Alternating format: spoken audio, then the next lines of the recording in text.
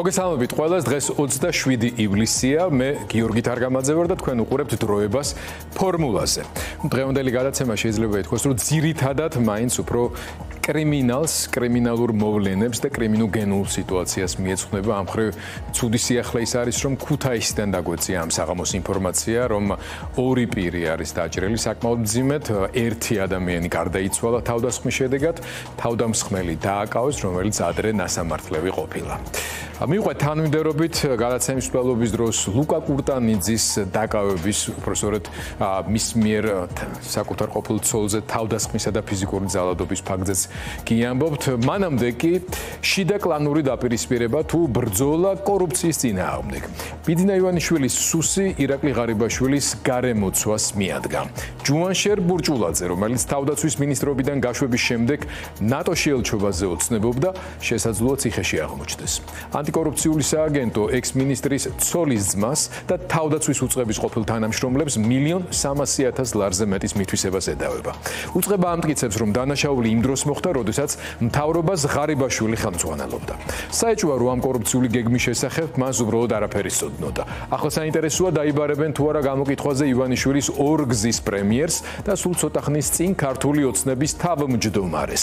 ერთ-ერთი ვერსიით თავდაცვის ყოფილი მინისტრი ერთი დღით დაკავებული ყავდათ და მითვისებული ფულის უკან მიტანა მოთხოვეს.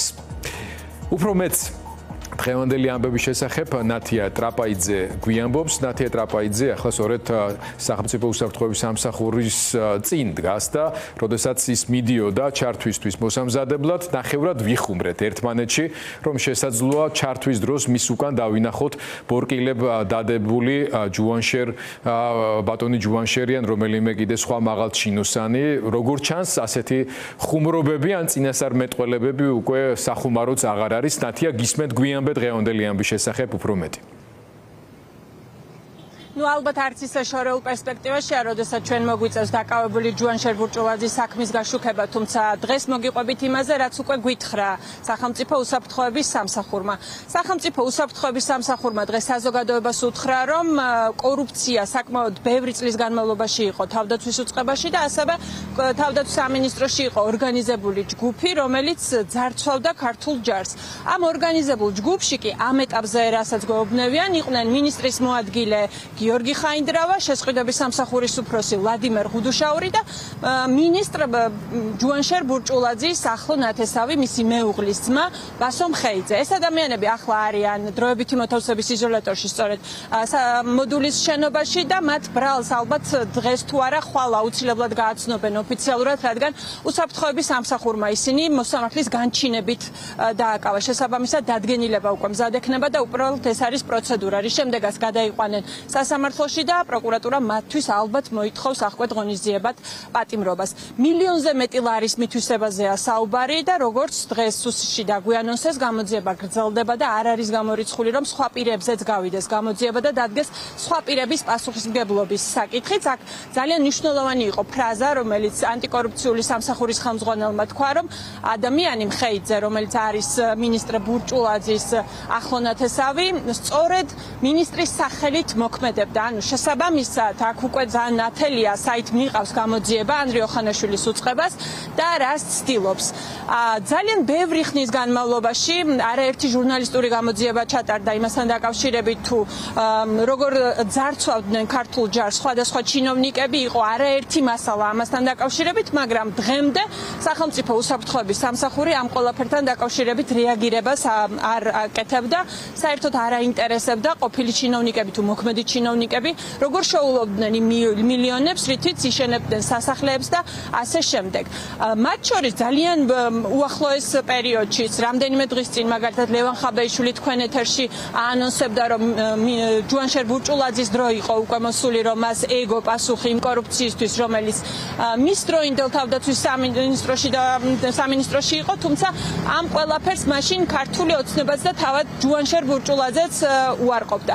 ლევან ხაბეიშვილი დღეს ამბობს, რომ ჯუანშერ ბურჭულაძე თავადაც ყავდა დაკავებული ერთი დღის განმავლობაში სახელმწიფო უსაფრთხოების სამსახურს, თუმცა ის ახლა გათავისუფლებულია კონკრეტული დავალებით, რომ მან უნდა მიიტანოს ფული, რომელსაც მისგან ითხოვს ოლიგარქი ივანიშვილი. ერთადერთი ახლა რისთვისაც ასე ვთქვათ ჯუანშერ ბურჭულაძე დაბოდიალობს გარეთ მოდი ცოტა უფრო გასაგებ ენაზე ვთქვათ არის ფული ჯუანშერი ერთი დღის განმავლობაში ყავდა დაკავებული ისევე როგორც მინისტრის მოადგილე ის მისი ახლო ნათესავი ისევე განყოფილების თანამშრომელი ასევე ბურჭულაძეც მასთან შედგა საუბარი რომ ძმაო ფული მოიტანე თორე მოხდები ციხეში ამიტომ ჯუანშერს კიდე რაღაცა გარკვეული ვადა აქვს პლუს ამას ღარიბაშვილზე არის მინიშნება ხო ღარიბაშვილს ეუბნებიან რომ შენ არ მოიტან აი ნახე ნენელა მოვდივარ და ეს ყულფი ვიწროვდება ამიტომ ეს რაღაცა ბესპრეცედენტური გარჩევა ბიძინა ივანიშვილის ფულისთვის ეს უნდა გვესმოდეს და ესმოდეს საზოგადოებას იმიტომ კი არ აკავებენ რომ კორუფციას ებრძვიან ან ბიუჯეტში დააბრუნებინონ ფული არა ბიძინასთვის რომ ფული მოიტანონ მხოლოდ ამიტომ ხდება და ეს გაგრძელდება ბურჭულაძემ შვიდად ახლა ვერ გამოიძინებს რომ ბევრი მილიონი აქვს საშოვნელი და პლუს ამას ღარიბაშვილი რომლის უშუალო კადრიც იყო ჯუანშერ ბურჭულაძე და სხვათა შორის ხო ისე ცინიზმის მწვერვალია ეს ხალხი ამბობდა რომ რაღაცა თავდაცვის სამინისტროს თურმე წინა ხელისუფლების დროს და ამასობაში ბიძინამ მეუთხრა ხო რომ თქვენ გაძარცვეთ ჯარი თქვენ ძარცვავ ჯარს დღეს დაგვიწერეს რომ 1,300,000 დარწმუნებული ვარ რომ ათობით მილიონზეა საუბარი და ერთი დეტალიც უნდა გითხრათ მის ახლობელზე რომელზეც არის საუბარი არსებობს ასე ვთქვათ ინფორმაცია რომ კოლ-ცენტრსაც ხომალ ფლობდა ოღონდ იმას ვერ იტყოდნენ რომ ჯუანშერის ახლობელს აი კოლ-ცენტრიც ჰქონდა და ამიტომ დავაკავეთ თუმცა დაკავებულია ხო ეს კონკრეტული პირი სხვათა შორის მოდი ვკითხოთ ავა ჯუანშერს გარდა კორუფციული გარიგებებისა ამ კაცს ვის დააკავეს მისი ნათესავი სუსმა რომ მოყარო ნათესავიო კოლ-ცენტრიც ხომ არ ჰქონდა პირსახოციდან დაწყებული ანსაცმლით გაგრძელებული ყველაფერში ფულს შეუვლობდა პირსახოცშიც კი შეუვლობდა ფულს ჯუანშერ ბურჭულაძე ცხადია ბევრი სხვადასხვა მიმართულებით იქნება გადაფლანგვა ფულის მოპარვა მაგრამ ეს არ აინტერესებს ბიძინას და არ აინტერესებს კობახიძე მდინარაძეს აქ თავარი ამოსავალი წერტილი არის რომ რაღაცა საქმეს ვნახა უცებ არ არის პრობლემა ერთი გადმოიგე მეორე თაროდან მესამედან მეოთხედან თავარი რა ამოცანა რა არის რომ დაგიჭერ თუ შენ ფულს არ მოიტან თუ არ გჯერა აგერ შენი მოადგილე ციხეში აგერ შენი ნათესავი ციხეში აგერ დავიწრო და წრე ამიტომ უნდა გვესმოდეს რომ ძალიან მძიმე მდგომარეობაშია ბურჭულაძეც ჯუანშერს გულისხმობ ცხადია და ასევე ღარიბაშვილს როგორც უკვე გითხარით ჯარში რომ პრობლემები იყო და თავდაცვის უწყებაში შესაძლო კორუფცია ამაზე ძალიან ბევრი წელია უკვე კეთდება სხვადასხვა საგამოძიებო მასალა ასევე არასამთავრობო ორგანიზაციები სულ ითხოვდნენ რომ გამჭირვალე ყოფილიყო თავდაცვის ბიუჯეტის ხარჯვა რადგან იყო გარკვეული მინიშნებები იმაზე რომ კონკრეტული ჯარისკაცების ფულს შესაძლოა მაღალჩინოსნები იყენებდნენ და სწორედ ამიტომ ითხოვდნენ გამჭირვალობას ალბათ მაყურებელს ემახსოვრება იგივე ფეხსაცმლის სკანდალი რომელიც თავდაცვის სამინისტროში იყო და როგორც მაშინ აღმოჩნდა უხარისხო ფეხსაცმელს აცმევდნენ ჯარისკაცებს ასევე საკვებთან დაკავშირებული პრობლემები თუმცა ამ ყველაფერზე თავდაცვის სამინისტრო და სხვა საგამოძიებო უწყებები მათ შორის სახელმწიფო უსაფრთხოების სამსახური მაშინ დუმდა და არაფერს არ ამბობდა ახლა სწორედ ერთ-ერთი მთავარი შეკითხვა რომელიც დღევანდელმა დაკავებებმა გააჩინა არის ის რას აკეთებდა სახელმწიფო უსაფრთხოების სამსახური მაშინ რატომ ვერ იღებდა ინფორმაციას ლილუაშვილის უწყება კონკრეტული ჩინოვნიკების ასეთ ორგანიზებულ მითვისებასთან დაკავშირებით ჩვენ ვესაუბრეთ თავდაცვისა და უსაფრთხოების სფეროს ექსპერტს ანდრო გოცირიძეს რომელსაც აქვს კონკრეტული შეკითხვები ამ მიმართულებით და ის იმედოვნებს რომ ახლა მაინც გაეცემა ამ შეკითხვებს პასუხი თურმე ის პოლიტიკური გუნდი, რომელიც მართავს საქართველოს თავდაცვის სამინისტროს, მართავდა სულ რამდენიმე წლის წინ და იმსახურებდა დიდ ქებადიდებას, თითქოს და სამხედრო აღშენებლობის წარმოების თვალსაზრისით, თურმე ყოფილა კორუფციაში ჩართული და ჩვენი ჯარისკაცების, მართლაც გმირი სამხედროების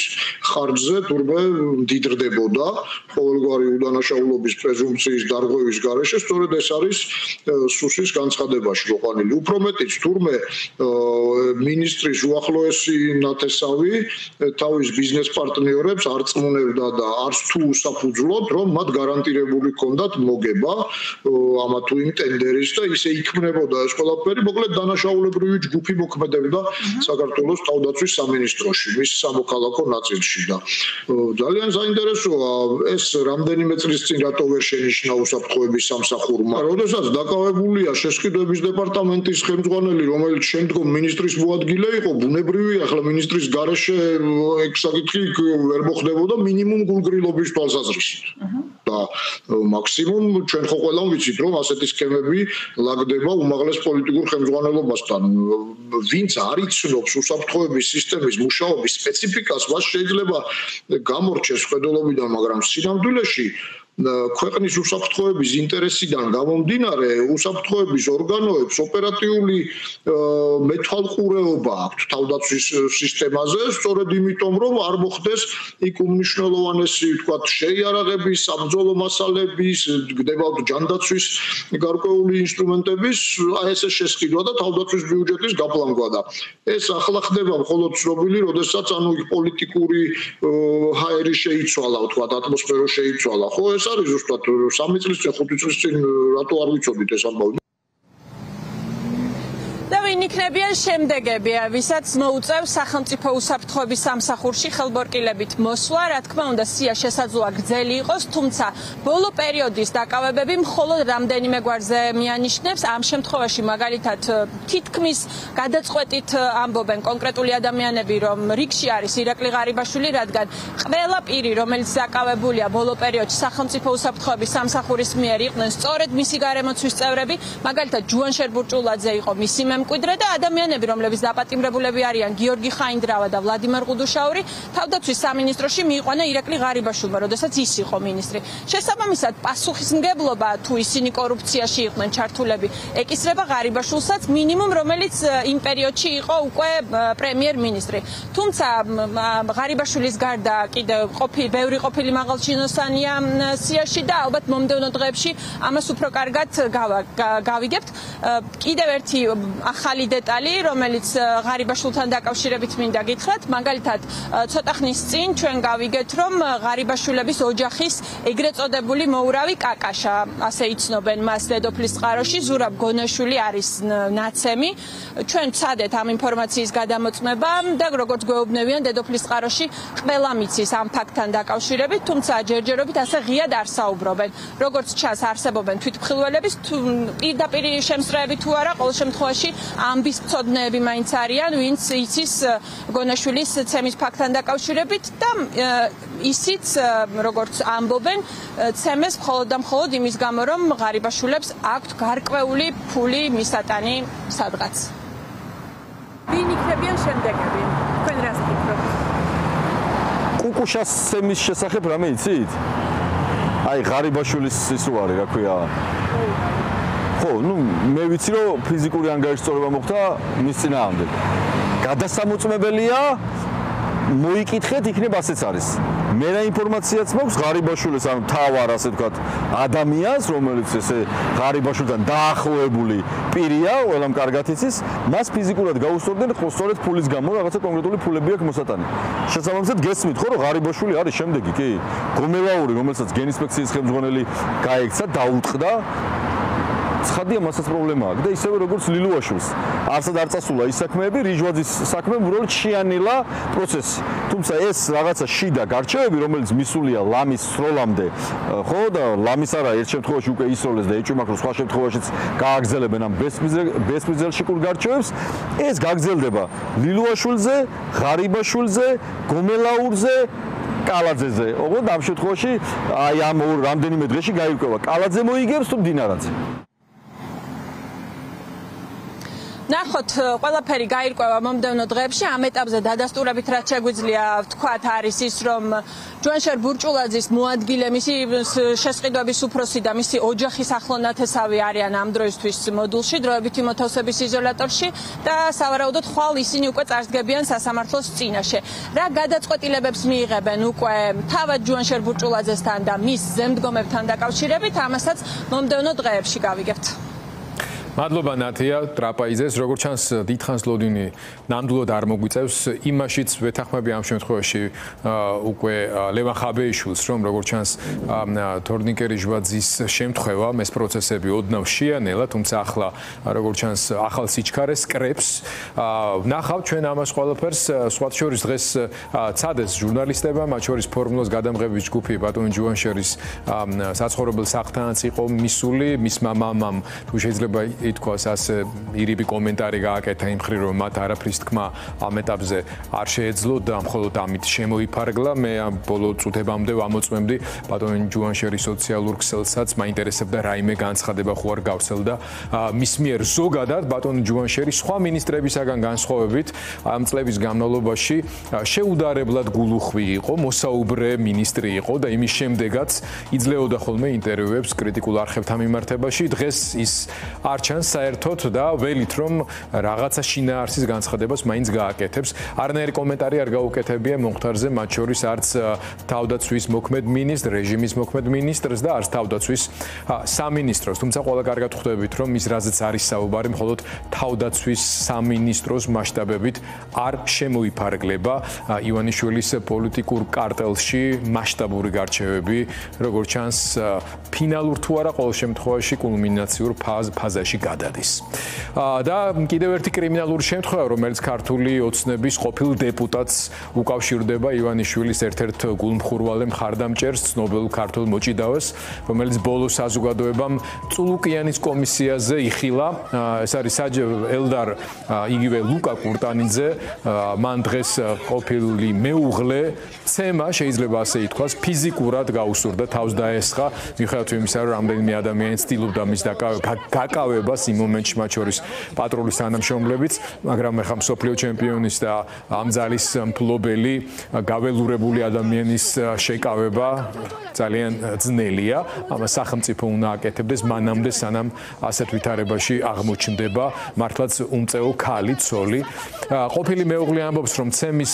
დღევანდელი ფაქტი ეს არ არის არც პირველი არც მეორე არც მესამე არც მეოთხე შემთხვევა ხათუნა მიქაცაძეს სხეულზე ცემისგან მიყენებული დაზიანებები ეტყობა როგორც ქალბატონი ხათუნა აცხადებს მან ყველა ჯერზე როდესაც სამართალდამცავებს მიმართა ეუბნებოდნენ რომ დამშვიდით იმიტომ რომ ელდარ კურტანიძეა მოდი ნუ გავწირავთ მოდი შემოვიფარგლოთ ფსიქოლოგიური ძალადობითო და შესაბამისად ის სანამ ცემის ფაქტი საჯარო არ გახდა არ დაუკავებიათ დღეს კი ირკვევა რომ მას 9 თვიანი შემაკავებელი ორდერიც ჰქონდა გამოწერილი ჩვენ შეგვიძლია ვნახოთ ეს ვიდეო და მოგვიანებით შინაგან საქმეთა სამინისტროს მიერ რამდენიმე წუთის წინ ამ ფაქტთან დაკავშირებით გაკეთებულ განცხადებასაც გაგაცნობთ სახში მოვდივარ ლუკა ჩემი სახიდან ლუკა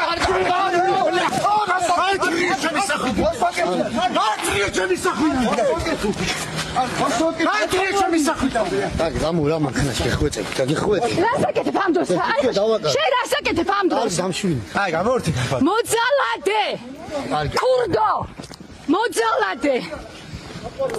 აი, შიო, მიდი, შიო. დაკავთ, ატო დაკავებთ.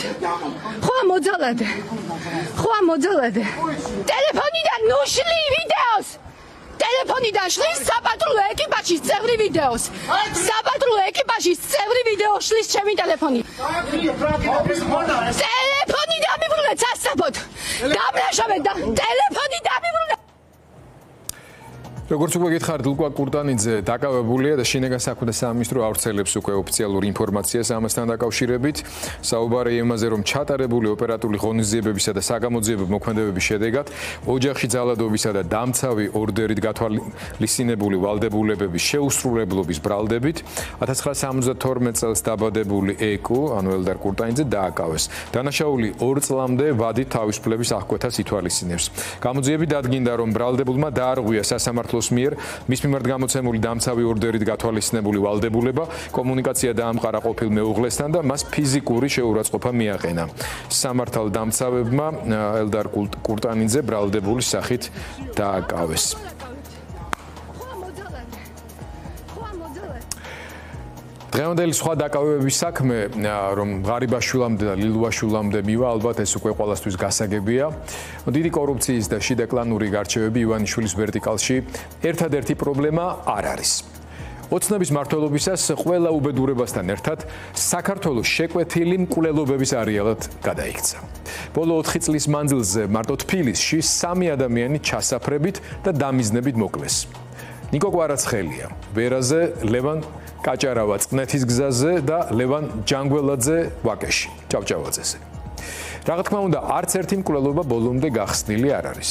ბოლომდე, არც ერთ საქმეზე დამკვეთის ვიდაობა არ არის ცნობილი. თუ კვარაცხელიას და ჯანგველაძის შემთხვევაში შემსრულებლები დაკავებულები არიან, კაჭარავას საქმეზე შემსრულებლები არხეინად მიიმალნენ სასტიკი მკვლელობის ადგილიდან. არც მეტი არც ნაკლები სამივე მკვლელობას ერთი და იგივე პროკურორი გია შაიშმელაშვილი აკავშირებს. თავად ბატონი შაიშმელაშვილი კი პროკურატურაში ოთარ ფარცხალაძის კადრად არის ცნობილი.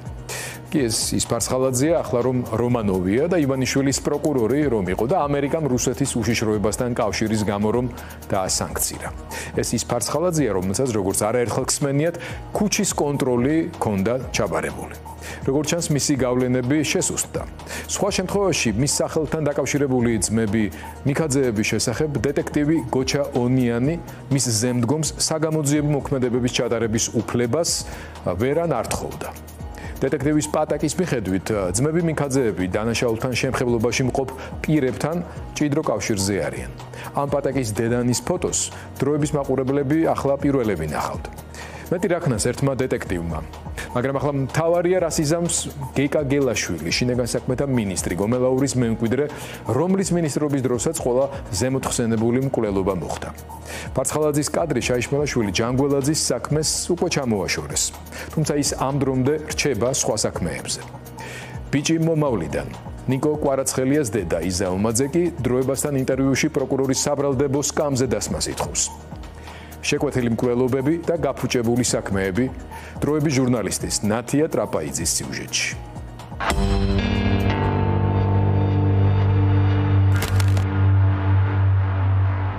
2021 წლის 15 სექტემბერი. თბილისში ფიქრის გორაზე 22 წლის ნიკო კვარაცხელიას საკუთარ ავტომობილთან ჩაცხრილეს. მომავლის ბიჭს დამიზნებით 9 ჯერ ესროლეს. ეს არ იყო რაღაც შემთხვევითი. ეს იყო პირდაპირ შეკვეთილი მკვლელობა. 2022 წლის 24 ივნისი თბილისში წყნეთის გზაზე ჩაცხრილეს 53 წლის ბიზნესმენი ლევან კაჭარავა. ტილიკას მეტსახელით ცნობილ ბიზნესმენს თავდამსხმელებმა ჩასაფრება მოუწყვეს და მიმავალ ავტომობილს 20 ჯერ ესროლეს. საქართველოში შეკვეთილი მკვლელობების დრო დაგვიწყდა. როდესაც ლევან კაჭარავა ჩაცხრილეს, ყველა ინდიკაციით ეს უნდა ყოფილიყო შეკვეთილი მკვლელობა. 2025 წლის 14 მარტი თბილისში ჭავჭავაძის გამზირზე მოკლეს ბიზნესმენი ლევან ჯანგველაძე. 56 წლის კაცს 14 ტყვია ესროლეს. პირველივე დღეებიდანვე ჩვენ დაზარალებულის ოჯახი და დაზარალებულის ადვოკატი მე პირადად ვაცხადებდით, რომ ადგილი ჰქონდა შეკვეთილ მკვლელობას, უამრავი დეტალი ადასტურებდა ამ ყველაფერს. ეს სამი საქმე საკმარისია იმისთვის, რომ გაგიმყარდეს ეჭვი, თუ როგორ იქცევა სისტემა, როცა გახმაურებულ მკვლელობებში საკუთარი კვალის ან მასთან დაკავშირებული გავლენიანი პირების ინტერესის დაფარვა სურს. სამივე ამ საქმეში არსებული გარემოებები პირველივე წუთიდან მიუთითებდა, რომ დანაშაულებები შეკვეთით მოხდა. თუმცა, უხილავი ბოსის მითითებით საქმეები ისეა გაფუჭებული, რომ დამკვეთებამდე მისვლა ძნელია. ძნელი, მაგრამ არაშეუძლებელი. ყველაფერი დღეს უკვე არალეგიტიმური ხელისუფლის ნებაზეა დამოკიდებული.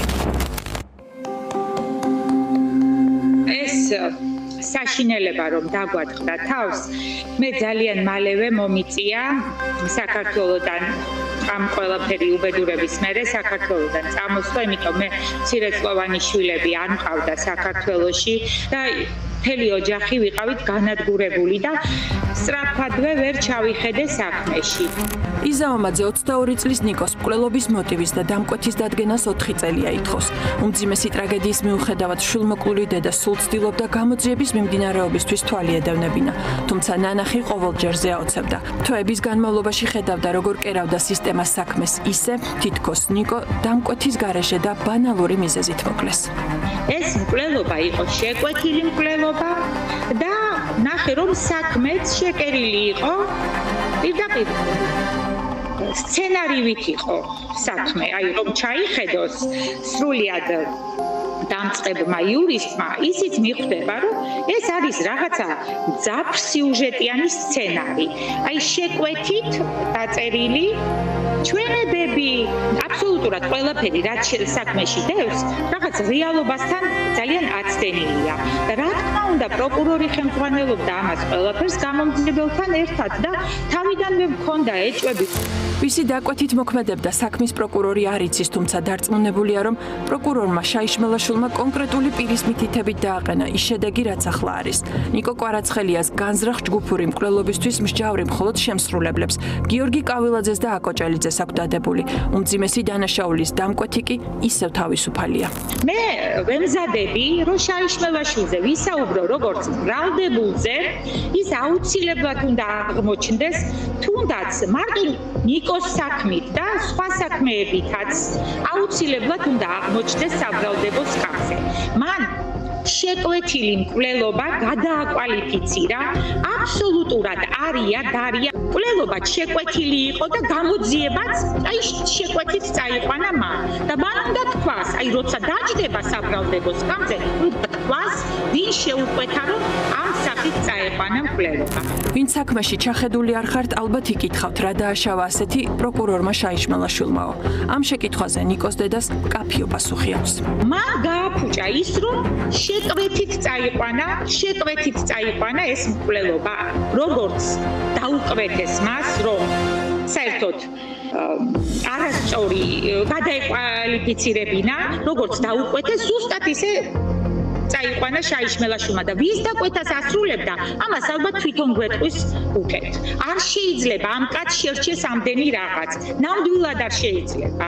იზა ომაძის თქმით, ზედამხედველ პროკურორს და გამომძიებლებს, რომ ობიექტურად ემოქმედათ და ზედაპირზე არსებული გარემოებები ოპერატიულად გადაემოწმებინათ, ახლა შესაძლოა სადავო აღარაფერი ყოფილიყო. თუ გამოძიება მხოლოდ საქმის გაფუჭებით არ იქნებოდა დაკავებული, დამკვეთი დიდი ხნის წინ იქნებოდა დადგენილიც და დაპატიმრებულიც.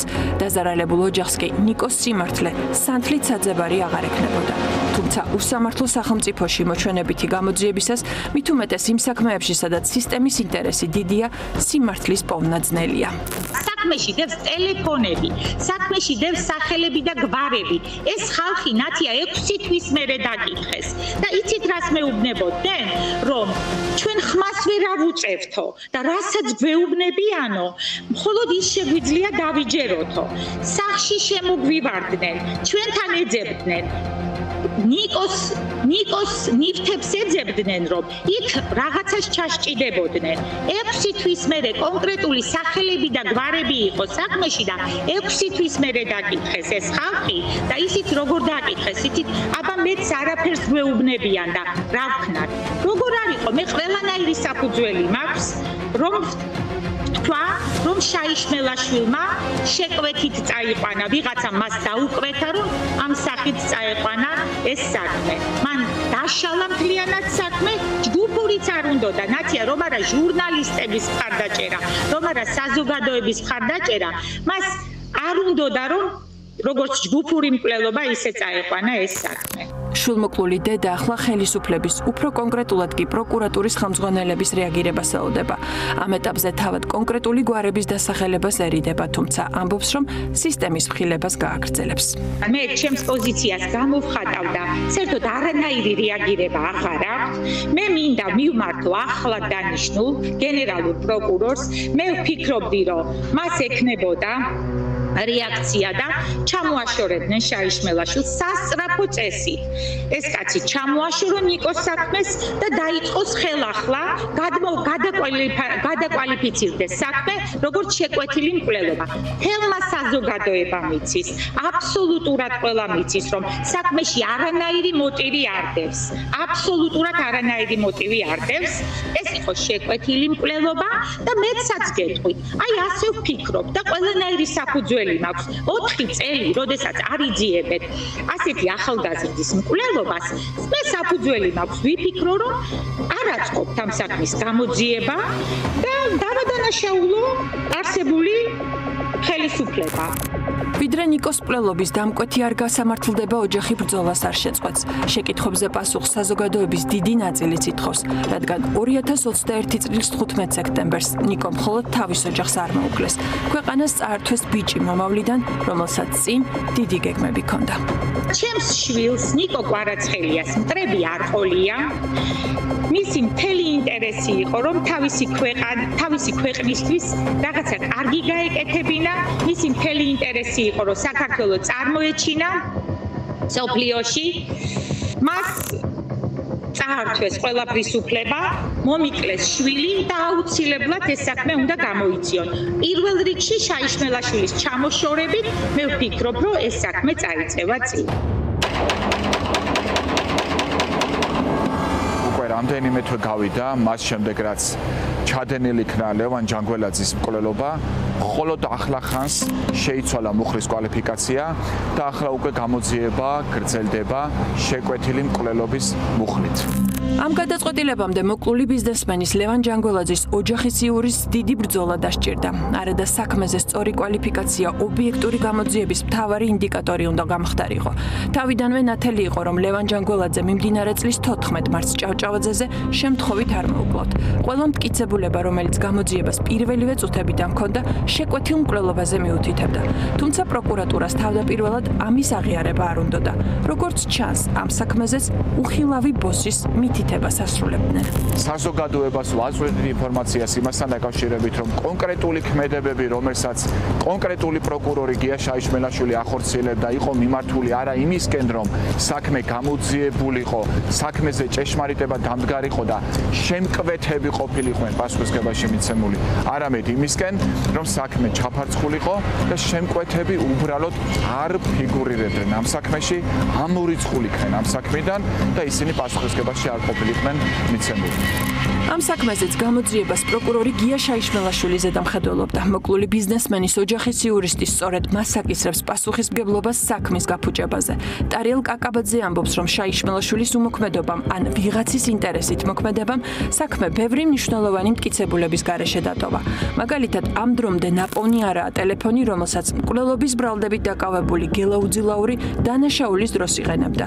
არადა შემთხვევის ადგილზე სხვადასხვა სათვალთვალო კამერის გადაღებულ კადრებში ჩანს, რომ მკვლელობამდე უძილაური ვიღაცას ან ვიღაცებს ტელეფონით ეკონტაქტებოდა. სავარაუდოდ მითითებებს იღებდა და დეტალებს აზუსტებდა. გელა უძილაური რომ დაეკავებინათ კონკრეტულ დღეს, დანაშაულის ჩადენის დღეს, მანამ სანამ ის ქალაქს დატოვებდა თავისუფლად და უპრობლემოდ. ჩვენ გვექნებოდა უკვე საქმეზე ამოღებული მნიშვნელოვანი მტკიცებულებები, როგორიც არის მობილური ტელეფონი, სადაც იქნებოდა უამრავი ინფორმაცია იმასთან დაკავშირებით, თუ ვინ აძლევდა მას მითითებებს, ვინ ეხმიანებოდა, ვინ უგზავნიდა მესიჯებს, თვითონ ვის უგზავნიდა შეტყობინებებს და ვინ ურეკავდა მას. ამ დრომდე ბევრი კითხვის ნიშანია დანაშაულის იარაღთან დაკავშირებითაც. ადამიანი ვიზეც ის რეგისტრირებული იყო, დაკავებულია, თუმცა ამ მტკიცებს, რომ იარაღი მოპარეს. ხომ უნდა გამოეძიებინა საგამოძიებო ორგანოს. მას შემდეგ რაც უკვე აღარ ინახავდა წივწივაძე, ვის ხელში ჩავარდა, ვინ არის ის დაჯგუფება, ვინც შემდეგ უკვე იყენებდა ამ იარაღს, ვის ფლობელობაშიც აღმოჩნდა ეს იარაღი. ხომ უნდა ჩაეტარებინა შესაბამისი საგამოძიებო და საპროცესო მოქმედებები. პროკურორმა ამის ნაცვლად რა გააკეთა, იცით? ბრალდების დადგენილებაში ჩაუწერა კონკრეტულ პიროვნებას, რომ თითქოს წივწივაძემ გადასცა იარაღი გელა უძილაურს და ამ იარაღით გელა უძილაურმა ჩაიდინა დანაშაული კონკრეტულად ლევან ჯანგველაძის მკვლელობა. ანუ რა გამოვიდა, ეს რომ დადგენილად მივიჩნიოთ, გამოდის, რომ მაშინ შემკვეთები საქმიდან უნდა ამოვიღოთ, ის პირები დაუდგენელი უნდა დარჩენ, ვის ხელში ჩავარდა ეს იარაღი და შესაბამისად, რა თქმა უნდა, მთელი ეს ქმედებები, მთელი ეს გადაწყვეტილებები ემსახურებოდა იმას, რომ სხვადასხვა ადამიანებისთვის ან ადამიანისთვის ხელი დაეფარებინა. გია შაიშმელაშვილი ახლა საქმეს ჩამოცილებულია. გამოძიება შეკვეთილი მკვლელობის კვალიფიკაციით გრძელდება, მაგრამ მოკლული ბიზნესმენის ოჯახის იურისტის შეფასებით, ზიანი, რომელიც საქმეს ერთი პროკურორის არაობიექტური ქმედებების გამო მიადგა, რთულად გამოსასწორებელი იქნება. დაიკარგა უამრავი მტკიცებულება, არ იქნა უამრავი მტკიცებულების მოპოვება შესაძლებელი და განხორციელებული და შესაბამისად მე ვიღეთ მოცემული დადგმულობა, რომ დღეს უკვე თვეების შემდეგ, როდესაც სწორი მიმართულებით უკვე წავიდა როგორც იქნა გამოძიება, სწორი გზით წავიდა გამოძიება, უკვე ძალიან რთული არის უტყვარი მტკიცებულებების მოპოვება. ობიექტური გამოძიების და პროკურატურის ნების პირობებში ლევან ჯანგოლაძის მკვლელობის დამკვეთის დადგენა რთული, მაგრამ შეუძლებელი არ იქნება. არაოფიციალურად ამ საქმეს რამდენიმე გვარი მალევე დაუკავშირეს. მაგალითად საუბრობდნენ ოთარ ფარცხალაძეზე, როგორც დანაშაულის დამკვეთზე. მედიაში გაიჟღერა ძმებ მიქაძეებისა და გიორგი ჯოხაძის სახელებმა და გვარებმაც. თუ ფარცხალაძის ვერსიას გავიზიარებთ, პროკურორ შაიშმელაშვილის არაობიექტურობის მიზეზიც მარტივად აიხსნება. არაერთი წყარო პროკურატურიდან გვეუბნება, რომ შაიშმელაშვილი ფარცხალაძის კადრი და მეგობარია და ყველა საქმე, სადაც შედეგით ყოფილი გენერალური პროკურორია დაინტერესებული, მას აწერია. როგორც ჩანს, ფარცხალაძის და მისი დაჯგუფებით გამოძიებაც დაინტერესდა. ამის დასტურია თბილისის პოლიციის დეტექტივების სამმართველოს დეტექტივ გოჩაონიანის ესპადაკი. დოკუმენტი, რომელიც ჩვენ მოვიპოვეთ, 14 ივლისითაა დათარიღებული. ანუ მას შემდეგ, რაც ჯანგოლაძის მკვლელობის საქმეს პროკურორი შაიშმელაშვილი ჩამოაცილეს და საქმე შეკვეთილი მკვლელობის მუხლით გადააკვალიფიცირეს. ჩემს მიერ მიღებული ინფორმაციის თანახმად აღნიშნულ საქმესთან დაკავშირებით საქმისთვის მნიშვნელოვან ინფორმაციას ფლობენ და დანაშაულთან შემხებობაში მყოფ პირებთან მჭიდრო კავშირზე იმყოფებიან ძმები დავით კონსტანტინეზე მიქაძე და გიორგი კონსტანტინეზე მიქაძე. აღნიშნულიდან გამომდინარე გთხოვთ თქვენს შემდგომ მითითებებს. შემდგომი მითითებები წესით ძმებ მიქაძეების დაბარება და დაკითხვა უნდა იყოს. თუმცა ჩვენი ინფორმაციით ეს საგამოძიებო მოქმედება ამ დრომდე არ ჩაუტარებიათ. რომც დაიბარონ მიქაძეები დაკითხვაზე ალბათ ვერც მივლენ. წყაროს ინფორმაციით ძმებმა ქვეყანა დიდი ხნით დატოვეს. თქვენ სადღაც უშვებთ, რომ მიქაძეებს მნიშვნელოვანი ინფორმაცია უნდა ქონდეს ამ საქმეზე, ხო? კონკრეტულ პატაკში არის დაფიქსირებული თითქოს კონკრეტულ პირებს აქვთ მნიშვნელოვანი ინფორმაცია ამ საქმეს. ჩვენი მოთხოვნა არის, რომ ყველა ეს ინფორმაცია, რომელიც პატაკში არის დაფიქსირებული, გადამოწმდეს.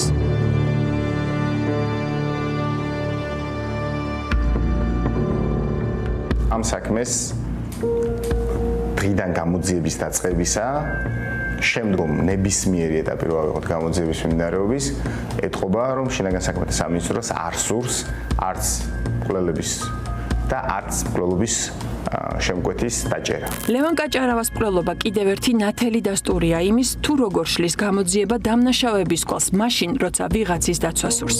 წინა ორი საქმისგან განსხვავებით აქ ყველაფერი უფრო რთულადაა. ცნობილი ბიზნესმენის მკვლელობის საქმე თაროზე ისე შემოდეს, რომ არათუ დამკვეთი შემსრულებლებიც არ დაუდგენიათ. როგორ გაიგეს მკვლელებმა სად, ვისთან ერთად, რა ავტომობილით და როდის გადაადგილდებოდა ლევან კაჭარავა.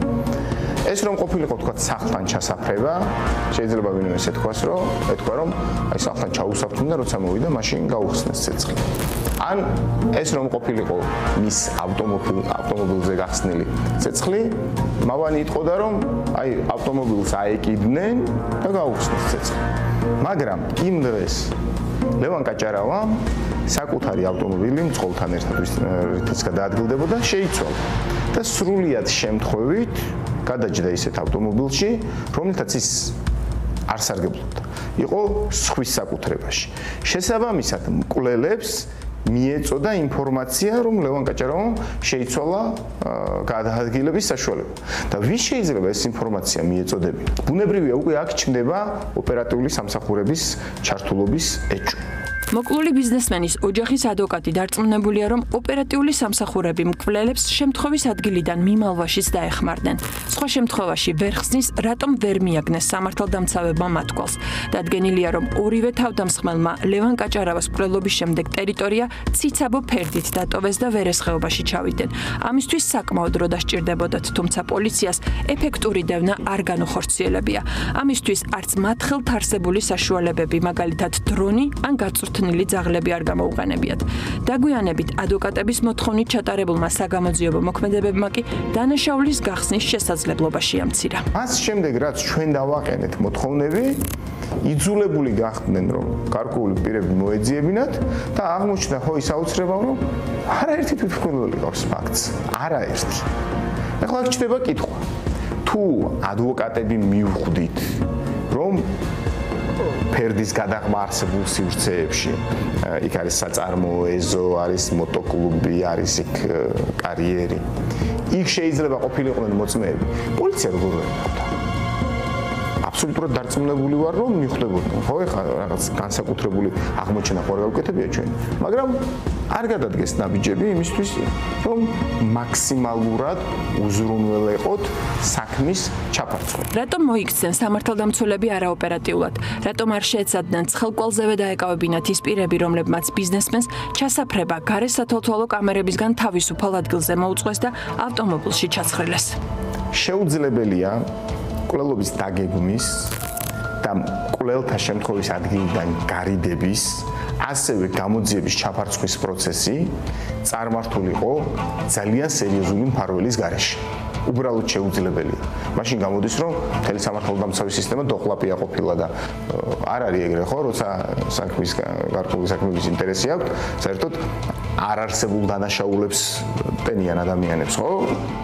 და ამ შემთხვევაში ხელის გულზე რაც იყო, აი ეს რომ არ გამოიძიეს და დროული რეაგირება ამაზე არ მოხდა, ეს არ არის შინაგან საქმეთა სამინისტროს სისტემური ჩავარდნის, არამედ სხვა გარემოების მაჩვენებელი და ეს სხვა გარემოება ბუნებრივია, არის გარკვეულ პირთა პირდაპირ დაინტერესება, ვისაც 2022 წლის მდგომარეობით ექნებოდა სამართალდამცავ სისტემაზე გავლენები. და ვის ქონდა 2022 წელს სამართალდამცავ უწყებაზე გავლენა? მაშინ, როცა შინაგან საქმეთა მინისტრი ვახტანგ გომელაური, სუსის უფროსი კი გრიგოლ ლილუაშვილი იყვნენ. სწორედ ამ უწყებებს აქვთ ყველა შესაძლებლობა ადამიანების ფარული მიყურადების და გადაადგილების მარშრუტის დადგენის. როგორც ამბობენ, ორივე უწყებაზე გავლენა კი იმ ცნობილ კაცს ქონდა, რომელსაც ივანიშვილის სახელით ბევრი უკანონობის ჩადენა შეეძლო. დიახ, ოთარ ფარცხალაძეზე და მის დაჯგუფებაზე ვსაუბრობ. განსაკუთრებით ლევან ჯანგველაძის მკვლელობის შემდეგ გაჩნდა ეჭვი, რომ ყოფილ გენერალურ პროკურორს კავშირი შესაძლოა ლევან კაჭარავას მკვლელობასთანაც ჰქონდეს. ორივე მკვლელობა ხომ ერთი და იგივე ხელწერითაა ჩადენილი. ორივე შემთხვევაში თავდამსხმელებს ზუსტი ოპერატიული ცნობები ჰქონდათ.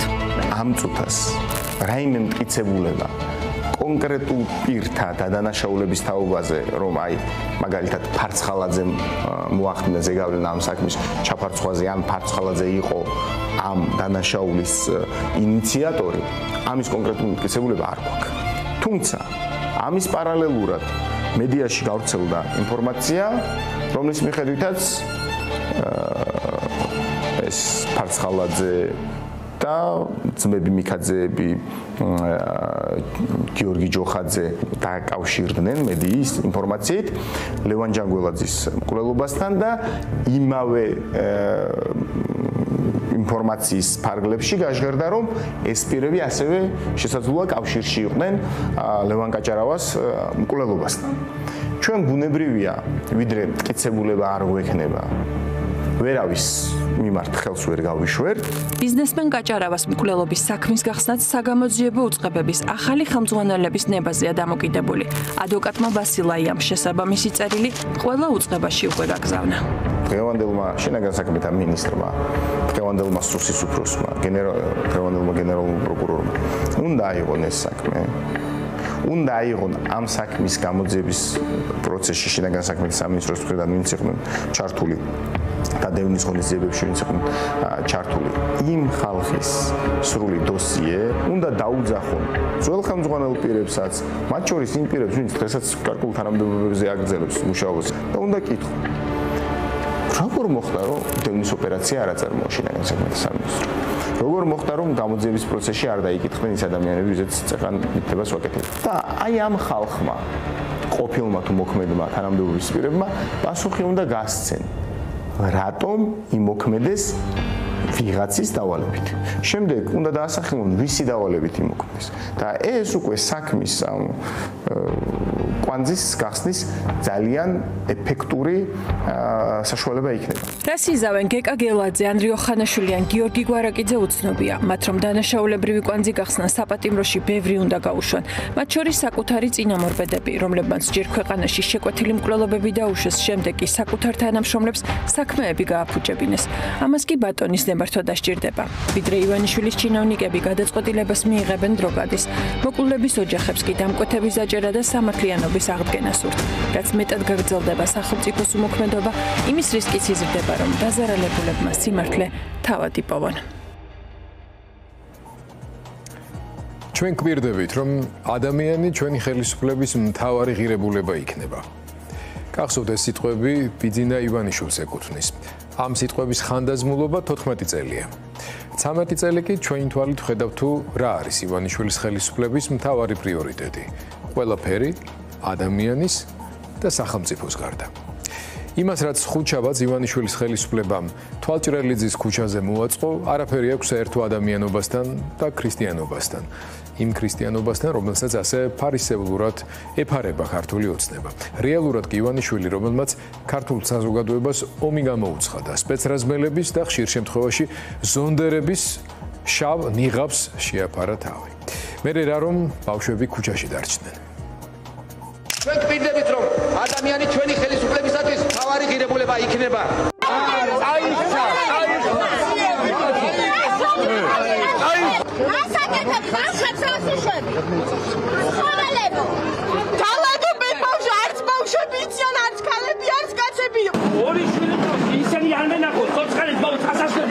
ეს ასასვლელი გააქვს მე სადა არ ვიცი, ქუჩაში რჩები.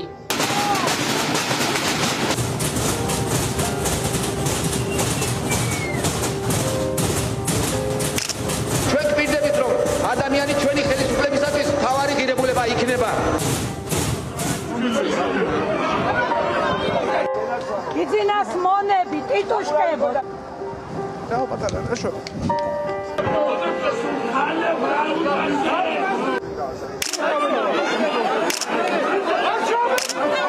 ჩვენ გვირდებით, რომ ადამიანი ჩვენი ხელისუფლებისათვის მთავარი ღირებულება იქნება.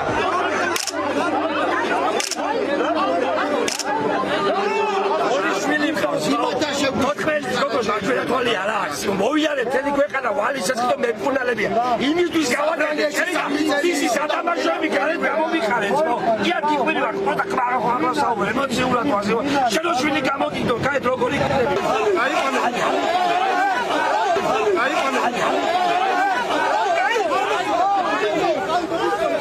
ხუთიშვილის დედა წაიჭირეთ. ძმაო, ხუთიშვილის დედა გურამი კაპალაძეს მე ხუთიშვილის დედას ხელი რეგისტრაციას ხათაშური.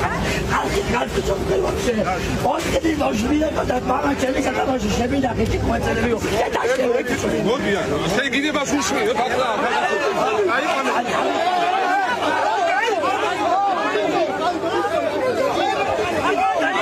სუდათა გულია წასული. გამოდი რა ერთი გულია წასული ადამიანს.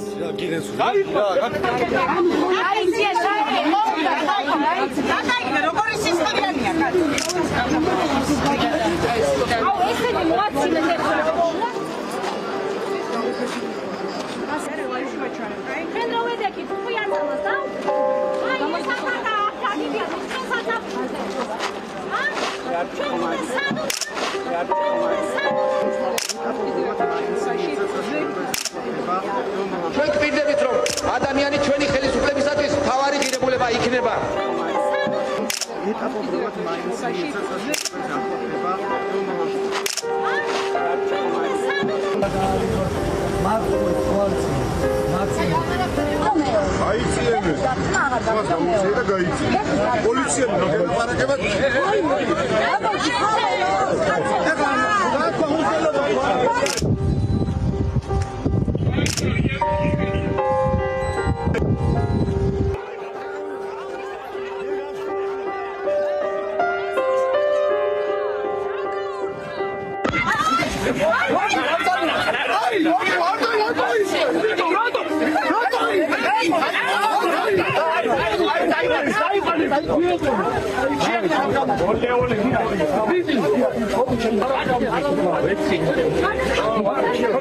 Gari.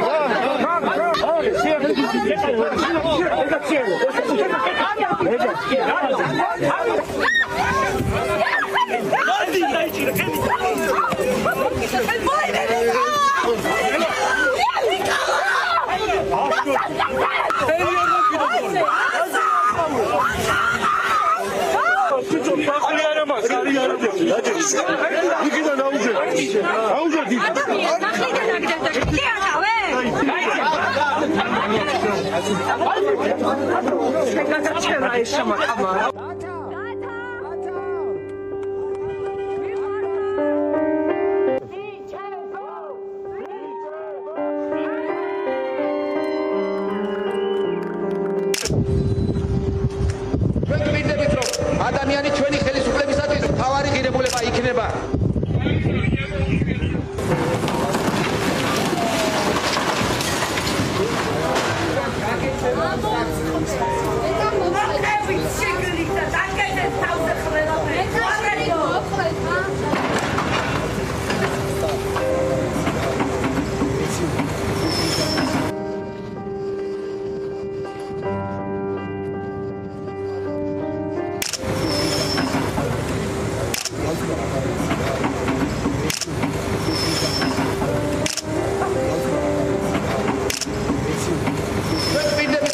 ადამიანი ჩვენი ხელისუფლებისათვის თავარი ღირებულება იქნება. ამ კოლაჟს ტექსტი აღარ მოუმზადეთ, იმიტომ რომ მეგონი ამას სიტყვები ზედმეტად აღარ ჭირდებოდა. მადლობა უნდა უთხრათ დროების ჟურნალისტ თეკლა თარგამაძეს, რომელმაც ეს კოლაჟი ააწყო ცხადია ფორმულას გადამღებ ჯგუფებს, პუბლიკას და ნეტგაზეთს, რომელთა მიერ გადაღებული ვიდეო კადრების და ფოტოების მეშვეობით. შემოგთავაზეთ ის, რაც ხდებოდა 2 დღის წინ. ახლა კი მოდით ზუსტად თვალჭრელიძის ქუჩიდან გამოსახლებულ ადამიანებს კიდევ ერთხელ შევეხმიანოთ. მრავალშვილიანი ოჯახებისა და სპეციალური საჭიროების მქონე პირების მიმართ ოცნების მთავრობა გულგრილი რომ არის, ამას დამატებით სიმტკიცებულებების მოყვანა აღარ ჭირდება. ნაწილს გამოსახლება არ აკმარეს და რეჟიმის სასამართლომ მათ ჯარიმებიც დააკისრა. სანქცირებულმა მოსამართლემ ზვიად ცეკვავამ თვალჭრელიძის ქუჩიდან გამოსახლებულები და დაკავებულები 2200 ლარით დააჯარიმა. ახლა ჩვენ ჩავთავთ ერთ-ერთ ამ ოჯახთაგანს, ქალბატონ მზევინარ აბაშულს და მას დაუსვავთ კითხვებს. ქალბატონი მზევინარი, როგორც ხედავთ, ახლაც ამ ტერიტორიაზე იმყოფება, მე მინდა მას მივესალმო. პირველ რიგში მინდა ვკითხო მისი და მის მდგომარეობაში მყოფი ადამიანების გარემოებების შესახებ. ვიცით, რომ თქვენ ადგილზე რჩებით, დღე და ღამე მორიგეობთ, მათ შორის თქვენი ოჯახების კუთვნილი ნივთების ზედამხედველობისთვის და გარდა ამისა, იმის გამო, რომ ბევრ თქვენგანს უბრალოდ წასასვლელი არსად გაქვს. ქალბატონ მზევინარ, გვიამბეთ თქვენი ამჟამინდელი მდგომარეობის შესახებ. მოგესალმებით, როგორც ხედავთ კადრებში, ისევ აქ ვიმყოფებით. ჯერ არავინ არ გამოჩენინა, არავინ მოგცა, როგორ ვთქვათ, არ გამოჩენინა და არავინ არაფერს არ გვეუბნებია. გვიწევს ღია ხცის ქვეშ ყოფნა. აქ უამრავი ხალხი ვართ, ვინც გამოგვასახლეს. და უკვე თითქმის არანაირი იმედი არ აქვს, რომ ვინმე მოვიდეს. ბატონო კახიც კიდე არ ჩანს და იქიდან ტელევიზიიდან გვიკეთებს კომენტარებს. ტელევიზიიდან არ გვინდა ბატონო კახე კომენტარები, პირადად მობრძანდით ჩვენთან. ჩვენ არა ვართ ვამპირები, რომ რამე დაგიშაოთ. მობრძანდით ადამიანურად გაგვესაუბროთ. ხედავთ კადრში რა სიტუაციაა და დანარჩენი რა უნდა გითხრათ. ქალბატონ მზევინარ, მოდით აი თანმიმდევრულად გავყვეთ, რამდენიმე კონკრეტული კითხვა მაქვს, მათ შორის თქვენთან მიმართებაშიც.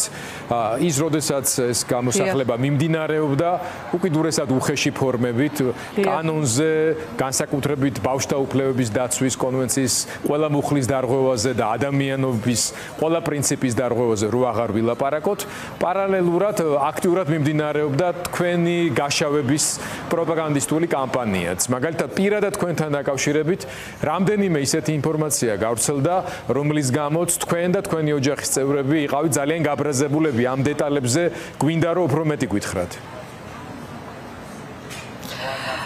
დიახ, ეგ სიმართლეა, ძალიან გამაშავეს, რო ვთქვათ ასე, ხალხმა მიიღო სხვანაირად და ჩემი შოურაწყობის მეც არაფერს არ გაკეთებენ, ეგ ყველაფერი ტყუილია. ამასობაში რო გამოგვასახლეს 24-ში ცოტა ხნის მერე ვგებულობთ, ჯერ იმედის ტელევიზია წერს, რომ ქალბატონსო მისაო 50,000 ლარიო, მეგობრებმა ჩამიგდეს და ვაიბზო 50,000-ით მოგცეს იქიდან და არანაირი 50,000 არ ამიღია ხალხნო, ეს უტყუილია. მერე მოდის იმიდან რა ქვია, მდევნითა სამინისტრო და ორი მამაკაცი ზუსტად ახლა ერთი კი დავიმახსოვრე, იმიტომ რომ მეორე ძირითადად იყო მოსული და მეუბნებიან თქვენ რომ დაწერეთ განაცხადი დაგაკმაყოფილესო, მაგრამ რა განაცხადზე მეუბნებოდა თავიდან ვერ მივხვდი, სანამ არ ამიხსნი. ეგ იყო 2 წლის უკან რომ დავწერე განაცხადი დევნითა სამინისტროში, რომელიც მართლა აღარ მახსოვდა და იმედიც არ მქონდა, მაგრამ რა მაინტერესებს იმ დღეს რატო გაირკვა რომ მე დამაკმაყოფილეს 50,000-ით. ეს ყველაფერი რომ დავაზუსტოთ მაყურებლისთვის, ქალბატონო მზევინა, ამ სამინისტროს წარმომადგენელი ოფიციალური პირი მოვიდა უკვე იმის ფონზე, როდესაც თქვენ გაიძულეს ამ ტერიტორიის დატოვება. დიახ, მაგას გეთახმებით მაგაში, რომ ზუსტად იმ დღეს მოვიდნენ, როცა ეგ სიტუაცია დაიწყეს და ტელევიზიამ რო გადამიღო და ესეთ სრულბრადებით წავიდა ჯერ რო ვითომ აქედან მომცეს ჯერ 50,000, მერე რო ეს ტყუილი გამოდგა, მერე ეს ჯანდაცვის სამინისტრომ ფული რომ მომცა და დამაკმაყოფილეს, თურმე მაგ ფულსაც არ ვღებ. კი, ზუსტად იმ დღეს ხდება ყველაფერი. აბსოლუტურად და სულ ტყუილებს მე იძახიან ეს ზოგიერთი არხები. მაგრამ მე ამ ფულზე არ ვიძახი, ხას უსმევ და გავარკვიე მეორე დილით კიდე მოვიდნენ, გავესაუბრე თვითონ იმ პიროვნების ტელეფონით მეორე პიროვნებას და მითხრეს 2024 წელში დაგიმტკიცესო. კითხვა მაქვს და კიდე ხას უსმევ. 2024 წელს თუ დამინიშნეს 50,000 და დამაკმაყოფილეს, მე მაინტერესებს ზუსტად 24-ში რატო უნდა გავიგო, არც წერილობითი მოსულა. არც SMS-ი და არც არავის გამოურეკია. დახმარების თაობაზე გადაწყვეტილება მიღებული აქვს, თქო თქვენ და თქვენი ოჯახის წევრებმა ამის თაობაზე არც არაფერი იცით. და ამას იგებთ იმის შემდეგ, როდესაც ამხელა ამბავი ატყდა და თქვენ გარეთ გამოვხარეს. კარგი, დაუშვათ, ახლა გეუბნებიან რომ დაგაკმაყოფილეს. ეს ფული სად არის? თქვენ გააქვთ ამ წნომა გააქვთ ამ ფულზე, ამ რესურსზე? არა. არანაირი ახლა ამასოზე არა ვაპირებ მისვლას, როგორც ამიხსნეს, გეტყვით, როგორც ამიხსნეს, უნდა მივბრძანდე დევნითა სამინისტროში და მაძლევენ რაღაცა წერილობით იმას, რომ მე დამტკიცებული მაქვს, მაგრამ მე ამ ფაში 50,000 ლარს კიდე ხას გავუსმევ. მე უნდა ვიშოვო თბილისის ტერიტორიაზე ბინა. 6 თვეა ქვადა. აჰა, გასაგები. მე უარს არ ვიძახე, თუ ნახე ეგ არის და 50,000-ად თუ ვინმე მინახავს ბინა, სადაც კაი. გასაგები. ქალბატონო მზევინა, რამდენ წევრისგან შედგება, რამდენი წევრისგან თქვენი ოჯახი? 5 არასრულწლოვანი მყავს, სულ პატარა წლისა და 3 თვისა. ეს ბავშვები სად არიან ახლა? 7 სული ჩემდასთან. როდესაც ეს გამოსახლება დაიწყო, ეს ბავშვები იმ მომენტში სად იმყოფებოდნენ? მაგ თქვენთან ბინაში?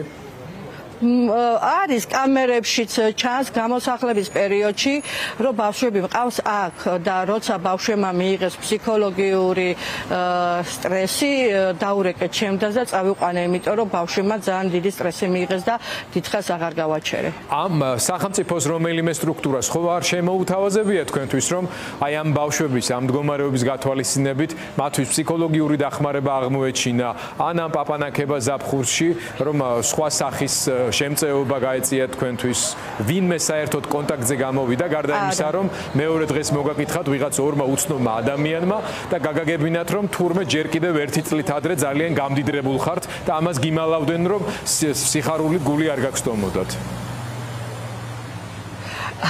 არავის არ შემოუთავაზებია, არავის არ დაუკავშირებიან მაგ საკითხზე. საერთოდ ბავშვები არ უხსენებიათ კი არა, საერთოდ არ დაურეკია. 10 ხელზაფხულზე და 10 ცივზაფხულზეც არაპირებენ როგორც ჩანს. ხო და რა ვიცი ეს 50000 თურმე ლარი ამდიდრებს ადამიანს და მაგით უნდათ რომ დაამთავრო და ხაზი გაუსვან ჩემ გაჭირვებას. ასე რომ ვთქვათ, დამცინეს. აი ასეთი დასაცინების სფეროდან თვითონ გამოიწყიდეს თავიანთი შეცდომა. ქალბატონ მზევინარ, თქვენ არ ხართ მხოლოდ ასეთ მდგომარეობაში, 100 ოჯახზე მეტი იყო მაგ ამ ტერიტორიაზე. სხვები თქვენს გარშემო, თქვენი მეზობლები, ნაცნობები, ვინც მაგ არიან, ისინი როგორ მდგომარეობაში არიან ახლა? მათაც აქვთ ეგეთი შემთხვევები, რომ ეუბნებიან, რომ თურმე თქვენთვის არის გამოყოფილი თანხა და აქამდე არ იცოდით თუ თქვენ ხართ გამონაკლისი? ერთ-ერთი ქალბატონი იყო ტოლვილი, მდევნილი უფრო ასე რომ ვთქვა, ცუდად რო არ გამომივიდეს, იმასაც დაუკავშირეთ, თქვენ რა სიტყვით დაყმაყოფილებული ხართ თუ ახლა ზუსტად არ ჩანს ის ქალბატონი და იმ ქალბატონს მისეს 25000 ლარი, სადაც გინდათ იქ იყიდეთ თუ ასე უთქვიათ ბინა ამ ლარში, 25000 ლარში. არიან ისეთი ადამიანები, როცა აი ასე სასაცილოდ დაგვცინია კიდე მთავრად, ჩვენ კიდე დაცინვა გვინდა ამ გაჭირვებაში. ქალბატონ მზევინარ, რას აპირებთ აი უახლოესი დღეების განმავლობაში ამ ამინჩი გარეთ მით უმეტეს ამ ტვერში მაგ ნგრევა მიმდინარეობს, დიდხანს ვერც გაძლევთ და არც არის ეს საჭირო.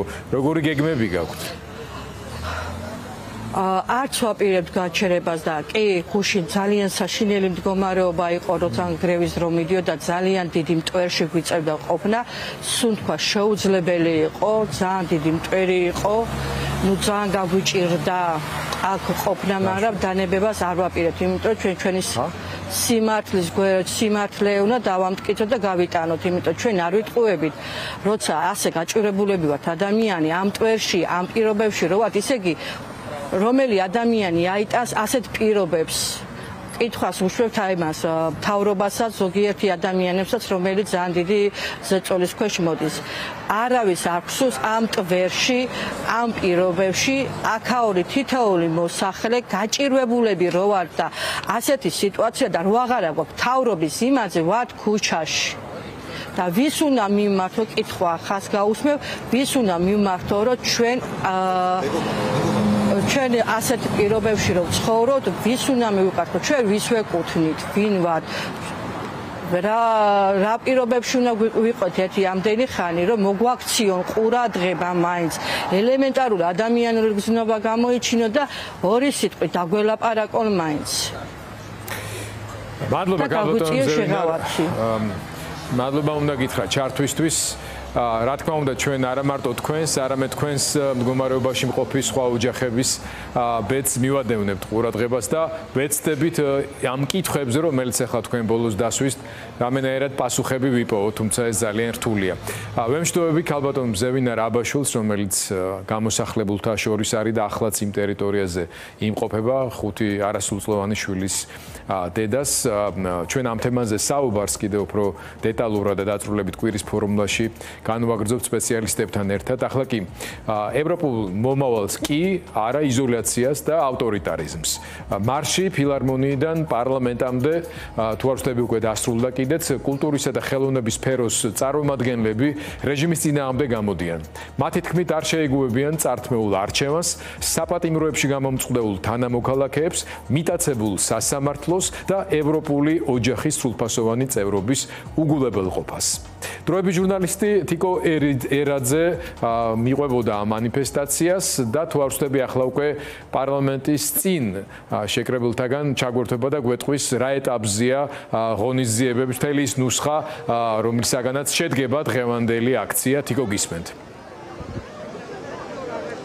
გიორგი, კულტურის სფეროს წარმომადგენლების მსვლელობა უკვე მოვიდა პარლამენტთან, ფილარმონიიდან დაიწყო. აქ შეიკრიბნენ კულტურის სფეროს წარმომადგენლები, მთარგმნელები, გამომცემლები, კინოსა და ხელოვნების წარმომადგენლები. ფილარმონიასთან ჰქონდათ ერთგვარი წარმოდგენა, სახელწოდებით თეთრი ძაფით ნაკერის საქმეები და შავ დაფაზე თეთრი ძაფით, ასე ვთქვათ, ამოქარგეს ეს წარწერა იმის საჩვენებლად, თუ როგორ არის შეკერილი სინდისის პატიმრების საქმეები და ასევე დაარიგეს შაბლონები სამართლებრივი საქმეების სახით, რომელზეც ეწერა თითოეული პოლიტპატიმრის სახელი და გვარი. ამის შემდეგ მსვლელობა უკვე დაიძრა პარლამენტის შენობისკენ. გზაში აქციის მონაწილეები აჟღერებდნენ ასე ვთქვათ დებულებებს და მოთხოვნებს, რაც ამოძრავებს ამ აქციას და დღეს აქ შეკრებილ ადამიანებს. კულტურა დგას ქვეყნის სამსახურში, არა რუსულ რეჟიმს, არა რუსულ ხელისუფლებას, რა თქმა უნდა თავისუფლება პოლიტპატიმრებს და ქონდათ პუნქტებად ჩამოწერილი ისინი თუ რას არ შეეგუებიან კულტურის სფეროს წარმომადგენლები და ზოგადად ამ ქვეყნის მოქალაქეები, მაგალითად რომ არ შეეგუებიან ქვეყნის დასავლური კურსის ცვლილებას, არ შეეგუებიან ძალადობრივ რეჟიმს და გმობენ თითოეულ ფიზიკურ თუ ფსიქოლოგიურ ძალადობას ქვეყნის მოქალაქეებზე და აი ამ დებულებებით და ამ წინადადებებით მოვიდნენ აქციის მონაწილეები პარლამენტის მიმდებარე ტერიტორიაზე. აქ პარლამენტის მიმდებარე ტერიტორიაზეც იყო უკვე აქციის ნაწილი შეკრებილი და შემოუერთდნენ ასე ვთქვათ ამ აქციას. ახლა ჩვენ გვანცა ჯობავას გავესაუბრებით, ჩვენთან ერთად არის გამომცემლობა ინტერნეტის წარმომადგენელი. კულტურის ძირითადად არის კულტურა დგას ქვეყნის სამსახურში და დებულებები რომ არ შეეგუებით კონკრეტულ ნაბიჯებს, რასაც დგამს საქართველოს ხელისუფლება. ანუ რა არის განსხვავებული დღევანდელ აქციაში და რა არის განსხვავებული სათქმელი დღევანდელი აქციის? დღეს არის პროტესტის 242 დღე. ჩვენი მთავარი სათქმელი არის ის, რა თქმა უნდა, რომ კულტურა არის ისეთი ერთიანი, როგორც არასდროს და აი ამ დღეების განმავლობაში ჩვენ უფრო გავძლიერდით და უფრო ვაძლიერებთ ერთმანეთს და ჩვენს როლს და ჩვენს ადგილს ვხედავთ, რა თქმა უნდა, ბრძოლის ველზე იქ, სადაც ყოველდღიურად ადამიანები იკრიბებიან და ჩვენ გვინდოდა რომ დღევანდელი შეკრებით ჯერ ერთი რომ კიდევ ერთხელ შეგვახსენებინა საზოგადოებისთვის რომ ეს ბრძოლა გრძელდება მიუხედავად იმისა რომ რთულია ხანგრძლივია ჩვენ ხედავთ რომ ყოველდღიურად სხვადასხვანაირი პროცესი მათ შორის რეჟიმის წრეებში მიმდინარეობს და ეს არ არის შემთხვევითი მოვლენა რომ ერთმანეთის ჭამაზე გადავიდა იქ ხალხი იმიტომ რომ ეს პროტესტი არის ძლიერი ამ პროტესტს აქვს ძალიან დიდი მნიშვნელობა და ჩვენ საზოგადოებისთვის ასევე გვინდოდა შეგვახსენებინა ეხლა როდესაც საფხულია და ყველას რაღაცნაირად გული ალბათ დასვენებისკენ მიუწევს შეგვახსენებინა რომ ჩვენ ყავს რეჟიმის პატიმრები რომლებიც რჩებიან უმძიმეს პირობებში ხვალ დილას აი აგერ ჩემი პლაკატს აწერია გიორგი ახობაძის სახელი და გვარი და ხვალ დილას განაჩენი გამოცხადდება გიორგის შეკერილ საქმეზე და თეთრი ზაფით ნაკერია ეს საქმე რაც იყო ჩვენი ასევე პროტესტის და დღევანდელი მარშის მთავარი სათქმელი და ჩვენ ვნახავთ კიდევ ერთხელ როგორ აპირებს რომ გაასამართლოს სრულიად უდანაშაულო ადამიანი რეჟიმა. აი ამ უსამართლობას საზოგადოება არ უნდა შეედგუოს, ეს არ უნდა გახდეს ჩვეულებრივი მოვლენა და ჩვენ უნდა გვახსოვდეს რომ ეს ადამიანები ციხეში ბრძოლის წინახაზზე დგანან დღეს და ისინი გვაძლიერებენ კიდევ უფრო მეტად ციხიდან, საპატიმროებიდან და ტყვეები არიან ამ რეჟიმის და როდესაც ეს ადამიანები ასეთი ძლიერები არიან და არც ერთი მათგანი 60-ზე მეტი რეჟიმის პატიმარი ყავს და არც ერთი მათგანი არ გატყდა, როგორ შეიძლება რომ ჩვენ გავტყდეთ, ხო? ამიტომ მათ შორის ზვიად რატიანი, ანდრე ჭიჭირაძე კულტურის სფეროს წარმომადგენლები არიან ციხეში და ჩვენ კიდევ ერთხელ ვამბობთ ამას, რომ ჩვენ გარედან ვაგრძელებთ ბრძოლას, ეს ბრძოლა აუცილებლად მივა ბოლომდე, იმიტომ რომ ჩვენ ხედავთ, ხო, ყოველდღიურად ხედავთ, დღეს ვნახეთ რუსული არმიის წარმომადგენლების, სპორტსმენების საბურველში შებურულები, როგორ ფარიკაობის, დიახ, ამას გულისხმობ, ჩამოვიდნენ საქართველოში ძალიან მარტივად, შემოვიდნენ საქართველოს საზღვრებში და აგერ აქ რაღაც სპორტულ სანახაობებს გთავაზობენ. ამიტომ ჩვენი საზოგადოება უნდა იყოს ძალიან ყურადღებით, ზაფხულში კიდევ უფრო მეტად ყურადღებით, ბრძოლის ჟინი ამ ქვეყანაში არაფრით არ ჩაქრება, ეს ბრძოლა, ეს პროტესტი გაგრძელდება ბოლომდე და ჩვენ აუცილებლად დავიცავთ ჩვენი ქვეყნის დამოუკიდებლობასაც და ჩვენი ქვეყნის ევროპულ მომავალსაც. დიდი მადლობა გვანცა ჯობავას უსმენდით, ახლა გადავინაცვლებ იქეთ მხარეს ზვიად ცეცხლაძის მამას ვხედავ და გავესაუბრები ერთ-ერთი პოლიტპატიმრის მამას. გამარჯობათ. გესაუბრებით ფორმულას პირდაპირ ეთერში მუშაობთ. დღევანდელი აქციის მთავარი სათქმელი როგორც ყველა პროევროპულ აქციისას არის ხოლმე მთავარი ნაწილი არის სინდისის პატიმრების და პოლიტპატიმრების გათავისუფლება და თქვენი შვილიც არის ერთ-ერთი წარმომადგენელი. თქვენ უერთდებით ხოლმე ყველა აქციას კულტურის სფეროს წარმომადგენლებით იქნებიან. აი დღევანდელი აქციიდან როგორი შთაბეჭდილება დაგრჩათ? ანუ აი და რამდენად მნიშვნელოვანი არის თქვენთვის როგორც სინდისის პატიმრის მამისთვის აი მსგავსი აქციები სხვადასხვა სფეროს წარმომადგენლების დაორგანიზებით. მოგახსენებთ, მთავარი ის არის, რომ პატიმრებისათვის ძალიან მნიშვნელოვანია ხალხმრავალი აქციები და საზოგადოების სხვადასხვა ფენების მიერ ორგანიზებული აქციები. დღეს ძალიან შთამბეჭდავი იყო ის, რაც გააკეთეს კულტურისა და ხელოვნების მუშაკთა წარმომადგენლებმა. ძალიან ორიგინალური იყო ის დაფა, სადაც თეთრი ძაფით შეკერილი საქმეები ზუსტად ასახავს დღევანდელ რეალობას, რაც დღეს საქართველოს სასამართლოებში მიმდინარეობს. აბსოლუტურად ყველა საქმე, რაც თუ წარმოებულია საქალაქო სასამართლოებში პოლიტიკური პატიმრების, სინდისის პატიმრების მიმართ, აბსოლუტურად ყველა მართლაც თეთრი ძაფით არის შეკერილი, შეთითხნილი საქმეებია, მოგონილი ბრალდებებია, არც ერთი ხელშესახები და მნიშვნელოვანი მტკიცებულებები არ არის არც ერთ საქმეებზე, უამრავი გაყალბებული ფაქტია, ცრუ მოწმეებზე დაყრდნობილი რაღაც მეასე ხარისხოვანი მტკიცებულებები არის წარმოდგენილი.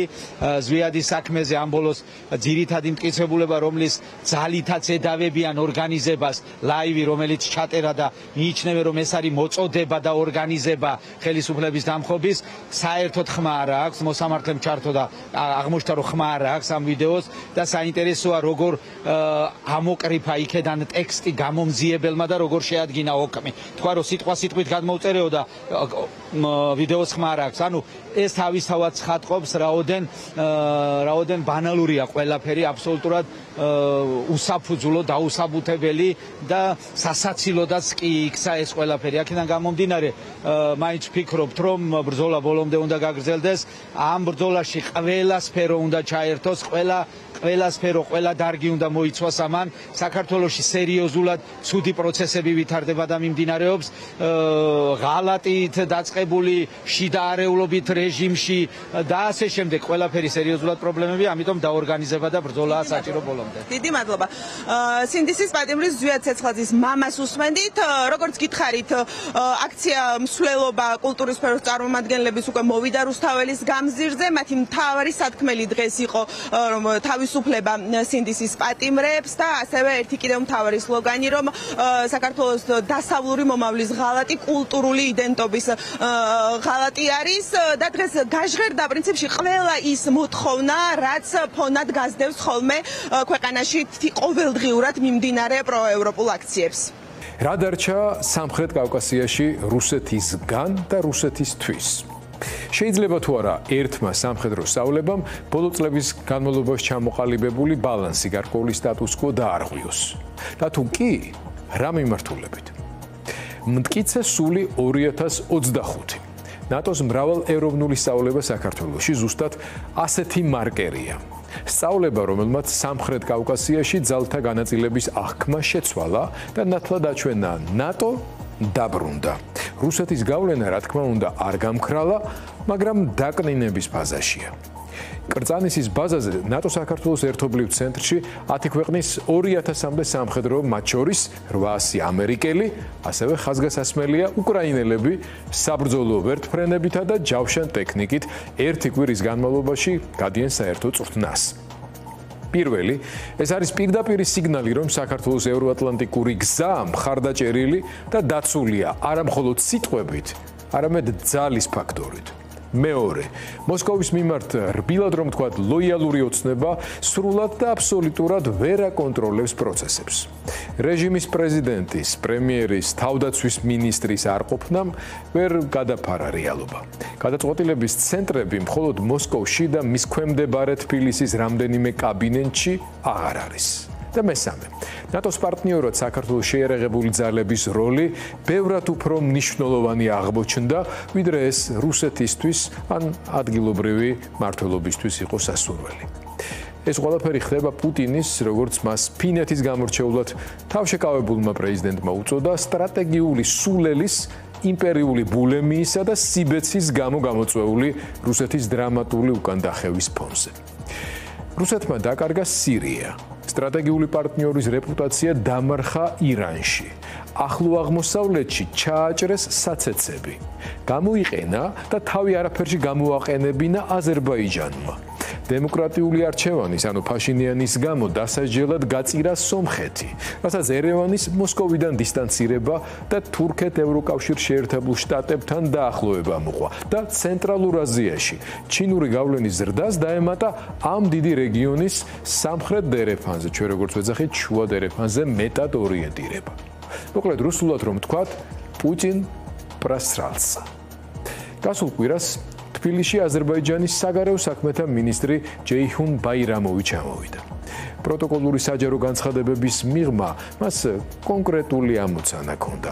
ბაქოსთვის მნიშვნელოვანია იცოდეს, როგორ მოიქცევა საქართველო, თუ ბაქოსა და მოსკოვს შორის დაძაბულობა კიდევ უფრო გამწვავდა. მოსკოვი დღეს უკვე ვეღარ ახერხებს ფართომასშტაბიან ზეწოლას და პროვოკაციებს და მხოლოდ წვრილი პროვოკაციებით მანიპულირებს. ამის მაგალითია ლარზე სომხეთის სატრანზიტო ტვირთების შეფერხება. არადამაჯერებლად გამოიყურება კასპიის ზღვაში ირანთან ერთად გამართული სწავლებებით აზერბაიჯანის დაშინების მცდელობაც, რის პარალელურადაც ბაქო-ანკარის სტრატეგიული თავდაცვითი შეთანხმების ფონზე საქართველოში ნატოს 2000-იანი კონტინგენტი გადის წვრთნას. შეგვიძლია ვთქვათ, რომ ამით რეგიონში ძალთა ბალანსი საბოლოოდ იცვლება. ბაქოზე მოსკოვის ზეწოლის რესურსებზე მსჯელობისას კიდევ არის რამდენიმე ფაქტორი, რაც გასათვალისწინებელია და მათ შორის სწორედ საქართველოში. თავარი რაც ამ დროს გვახსენდება, ნავთობისა და გაზის მაგისტრალების ფუნქციონირების შეფერხება და ამ გზით ალიევზე ზეწოლის განზრახვა შეიძლება იყოს. ინსტრუმენტად საქართველოს, უფრო ზუსტად კი ივანიშვილის გამოყენება დამღუპველი იქნება თავად მეოცნებე ავტორიტარისთვის და უკიდურესად დამაზიანებელი ჩვენი ქვეყნისთვის. რასაც ვეჭვობ ივანიშვილი ბოლომდე აცნობიერებდეს, აქ მის საღჭკუასა და რაციონალიზმზე მეტად, უფრო ჩვენი თურქი და აზერბაიჯანელი მეგობრების ყურადღების იმედზე თუ ვიქნებით. რომ შევაჯამოთ. რუსეთი თანდათან კარგავს არამხოლოდ პოზიციებს, არამედ ფსიქოლოგიურ უპირატესობასაც. და სწორედ ამის, თუნდაც ნაწილობრივ კომპენსაციას ეცდება ბიძი და ივანიშვილზე წნეხის გაზრდით. მაგრამ მტკიცე სული 2025 კიდევ ერთხელ გვახსენებს. ამ ქვეყნის უსაფრთხოება და მომავალი მარტო ერთი ადამიანის ხელში აღარ არის. სამხრეთ კავკასია ახალ ეპოქაში შედის და ჩვენ ქართველებმა უნდა ვუპასუხოთ გსურს თუ არა, რომ ეს ქვეყანა იყოს იქ, სადაც დღეს ნატოს ჯარისკაცები დგანან, თავისუფალ სამყაროში. ეს სწავლება გვაჩვენებს, რომ არჩევანი ჯერ კიდევ არსებობს და მისი შენარჩუნებისთვის ბრძოლაში ყველაზე ძლიერი მოკავშირეები გვერდში გვიდგანან. ჟურნალისტის ეხლა უნდა შემოგთავაზოთ რეპორტაჟი, უბრალოდ გადავინაცვლოთ ამერიკის შეერთებულ შტატებში, თუმცა სანამ ამერიკის შეერთებული შტატებიდან ჩვენი კოლეგების მიერ მოწოდებულ მასალას გაგაცნოთ უაღრესად საინტერესო ინტერვიუს. მანამდე დღევანდელი გამოხმაურება სახელმწიფო მდივნისა პრეზიდენტ ტრამპის განწყობებსა და პოზიციებზე პუტინთან მიმართებაში. ჟურნალისტის კითხვაზე უახლოვდება თუ არა ის რუსეთის წინააღმდეგ მეორადი სანქციების დაწესებას, ასეთი პასუხი გასცემან. ჩვენ თელ ამ სიტუაციას განვიხილავთ, შესაძლოა მეორადი სანქციების დაწესება მოგვიწვიოს. ჟურნალისტი ტრამპს იქვე ჩაეკითხა, გაკეთდება თუ არა ეს 50 დღიან ვადაზე ადრე. პრეზიდენტმა უპასუხა, შესაძლოა კი. კონკრეტიკა კი ამ საკითხზე სახელმწიფო მდივანმა შემოიტანა. მარკო რუბიოს განცხადებით, დონალდ ტრამპი იმედგაცრუებულია, რომ რუსეთმა უკრაინის საკითხთან მიმართებაში მეტი მოქნილობა არ გამოიჩინა. მიუხედავად პუტინთან კარგი კომუნიკაციისა და სატელეფონო ზარებისა, ამას არასდროს მოყოლია რაიმე შედეგი. ასე რომ მოქმედების დრო დადგა და ვფიქრობ პრეზიდენტმა ეს ნათლად განაცხადა. ის კარგავს მოთმინებას, კარგავს მზადყოფნას, გააგრძელოს იმის ლოდინი, რომ რუსული მხარე რაიმეს გააკეთებს, რათა დაასრულოს ეს ომი. ეს არის სისხლის ახლიანი კონფლიქტი უამრავი სიკვდილითა და ნგრევით, დროის მოგების მცდელობებით და ტაქტიკით, რათა ისეთი შთაბეჭდილება შექმნან, რომ მშვიდობის მიღწევი დაინტერესებულები არიან, მაგრამ სერიოზულად არ არიან განწყობილები. პრეზიდენტი არ გაედმება ამ საკითხზე დაუსრულებელი მოლაპარაკებების მახეში, განაცხადა რუბიომ Fox News-თან საუბარში. ახლა კი მოდით კვლავ სამხრეთ კავკასიას დაუბრუნდეთ და ნახოთ მათე კირვალიძის მიერ მომზადებული სიუჟეტი, რომელშიც კიდევ უფრო დეტალურად შევამჩნევთ ტენდენციებს, რომელიც ამ რეგიონში ბალანსის მნიშვნელოვან ცვლილებას უკავშირდება.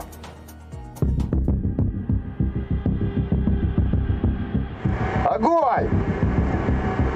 Огонь, говорю!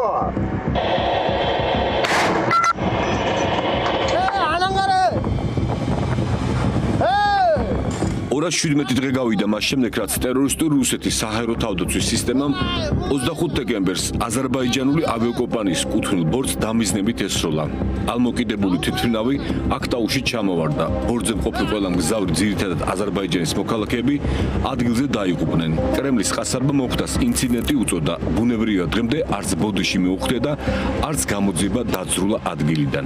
მოსკოვი 10 წლების მანძილზე შეეჩვია, რომ ყოფილ რესპუბლიკებთან ყველაფერი გაზრდის და ჩათვალა რომ ბაქოსთანაც გავიდოდა, მაგრამ ალიევი ლუკაშენკო არ აღმოჩნდა. მოსკოვი ვერ მიხვდა, რომ ტერიტორიული მთლიანობის აღდგენის და თურქეთთან პარტნიორობის შემდეგ ალიევი ძველი ალიევი აღარ არის.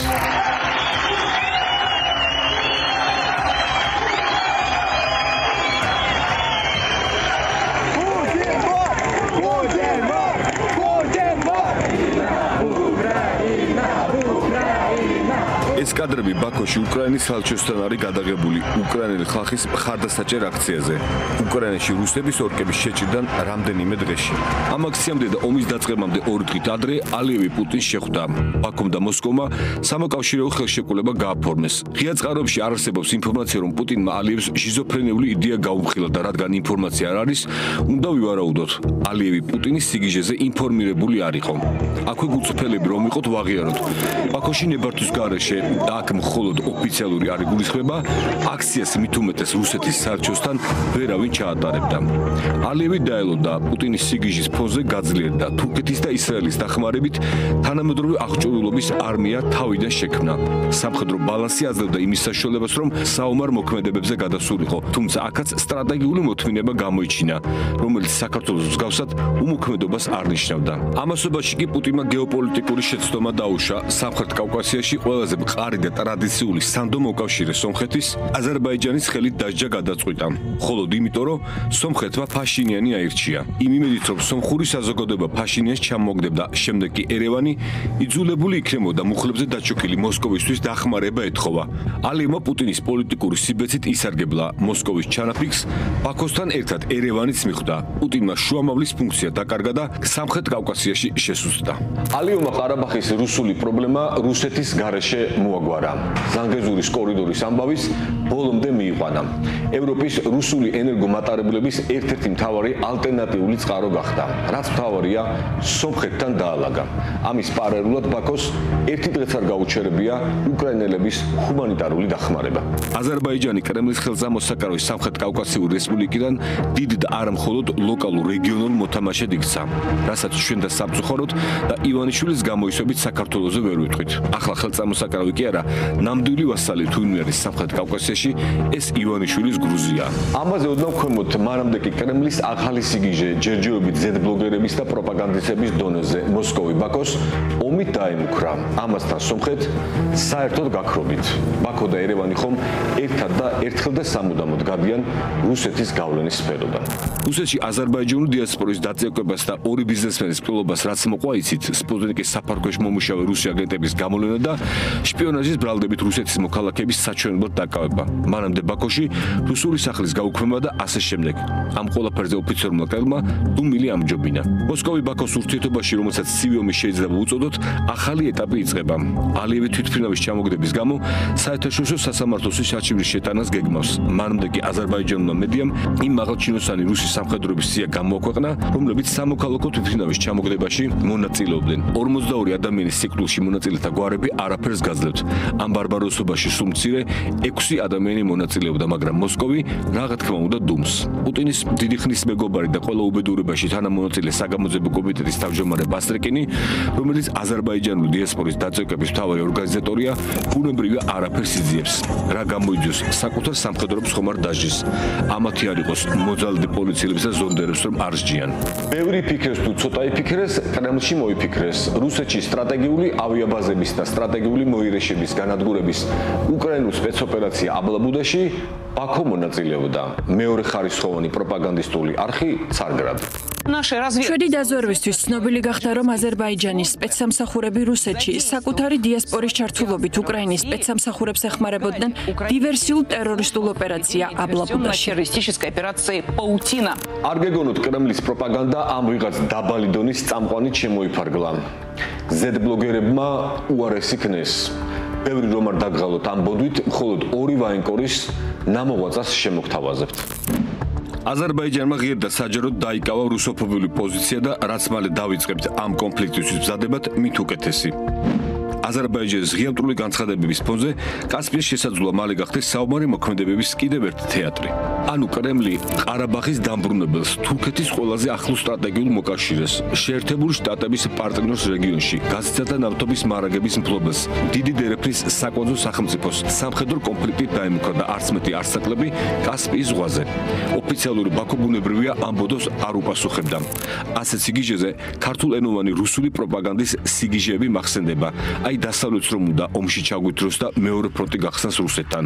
ახლა მაინც მიხვდით, ვინც ჯერ კიდევ მცირედით ხართ სახგონებაზე, ვინ არის ომის გლობალური პარტია. ამ თემაზე აქ შევჩერდები. როგორც გითხარით, ბაქოს ზედბლოგერების ამ ბოდოზე პასუხი არ გაუცია. საკმაოდ მკაცრი და მრავალისმეტყველური კომენტარით ტელეკომპანია დოშთან ინტერვიუში აზერბაიჯანის პარლამენტის წევრი რასიმ მუსაბეკოვი შემოიფარგლა. ჩვენ ერთი ხელის მოსვით მოხსნით იმას, რაც რუსეთს ჩრდილო კავკასიაში აქვს. კი კასპიის ზღვაში არის ფლოტი, რომელსაც შეუძლია რომელიმე კალიბრიდან ისროლოს აზერბაიჯანის მიმართულებით. და ამის შემდეგ ეს ფლოტი კასპიაზე აღარ იარსებებს. გოფრინდებიან ჩვენი მოკავშირე თურქული F-16-ები და შევხედოთ ამის შემდეგ რა დარჩება ამ ზედბლოგერებისგან. разместятся здесь и посмотрим после этого, много ли останется от бравады этих самых Z-блогеров или кто они там. მუსაბეკოვის ნათქვამი გამგებმა გაიგო. არც მეტი არც ნაკლები წინასწარმეტყველი მოსკოვის საერთაშორისო ურთიერთობათა სახელმწიფო უნივერსიტეტის მართვისა და პოლიტიკის დეკანი ბატონი გერნი სარდარიანი აღმოჩნდა. Естественно, настолько Южный Кавказ. სამხრეთ კავკასია ისე არის დაკავშირებული ჩრდილო კავკასიასთან, რომ არავინ მოხსებს ამოსუნთქვის თვალის მოხუჭვის საშუალებას. ვინც ამბობს, რომ იყოს ასე, ცეცხლში გაეხვიოთ, რაც უნდა ისუქნიათ, კი ბატონო.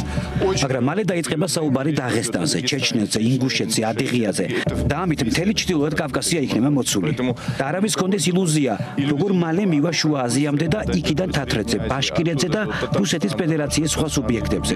ამაში ეჭვი არავის შეეპაროს. Здесь вообще ни у кого никаких сомнений тоже. ჩემთვის ცოტა აუხსნელი ამ ყველაფრის მოსმენა კრემლის მთავარი პროპაგანდისტის სოლოვიოვის გადაცემაში, მაგრამ ბატონმა გერიმ ალბათ იცის სად რა უნდა თქვას. მის ნათქვამში შუა აზია შემთხვევით არ იყო ნახსენები. ამას კიდევ მიუბრუნდები. ჩრდილოეთ კავკასიაზე წინასწარმეტყველებაც გასაგებია. გიმოზო დეკანი მხოლოდ ამით არ შემოიფარგლა. ჩემთვის მოულოდნელად მან რეალობა აღიარა რუსეთი და სამხრეთ კავკასია. ახლა ჩვენ ნამდვილად ვართ სიტუაციაში, რომელიც ისეთი რთულია სამხრეთ კავკასიაში, რომელიც ბოლო 200 წლის მანძილზე რუსეთისთვის არ ყოფილა. მთელი პასუხისგებლობით ვაცხადებ, რომ ასეთი რისკის წინაშე 2 ასლეულის მანძილზე არ ყოფილა. Я могу это ответственно сказать, что перед такими рисками мы за 2 столетия еще не стояли. კი, ნამდვილად ასია ბატონო დეკანო, მაგრამ თქვენს პატრონებს კრემლში მოკავშირე на Южном Кавказе liceciflisi მაინც ყავთ. ივანიშვილის გრუზიას რაღა თქმა უნდა მოგვიანებით მიუბრუნდები. მანამდე კი ისევ ალიევი, რომელსაც რამდენიმე დღის წინ შუშის გლობალური მედიის მესამე ფორუმზე უკრაინელი ჟურნალისტის დიმიტრი გორდონის შეკითხვაზე რას ურჩევდით თქვენ როგორც გამარჯვებული ნაციის ლიდერი უკრაინას და უკრაინელებსო, პუტინისთვის შოკის მომგვრელი პასუხი გასცა.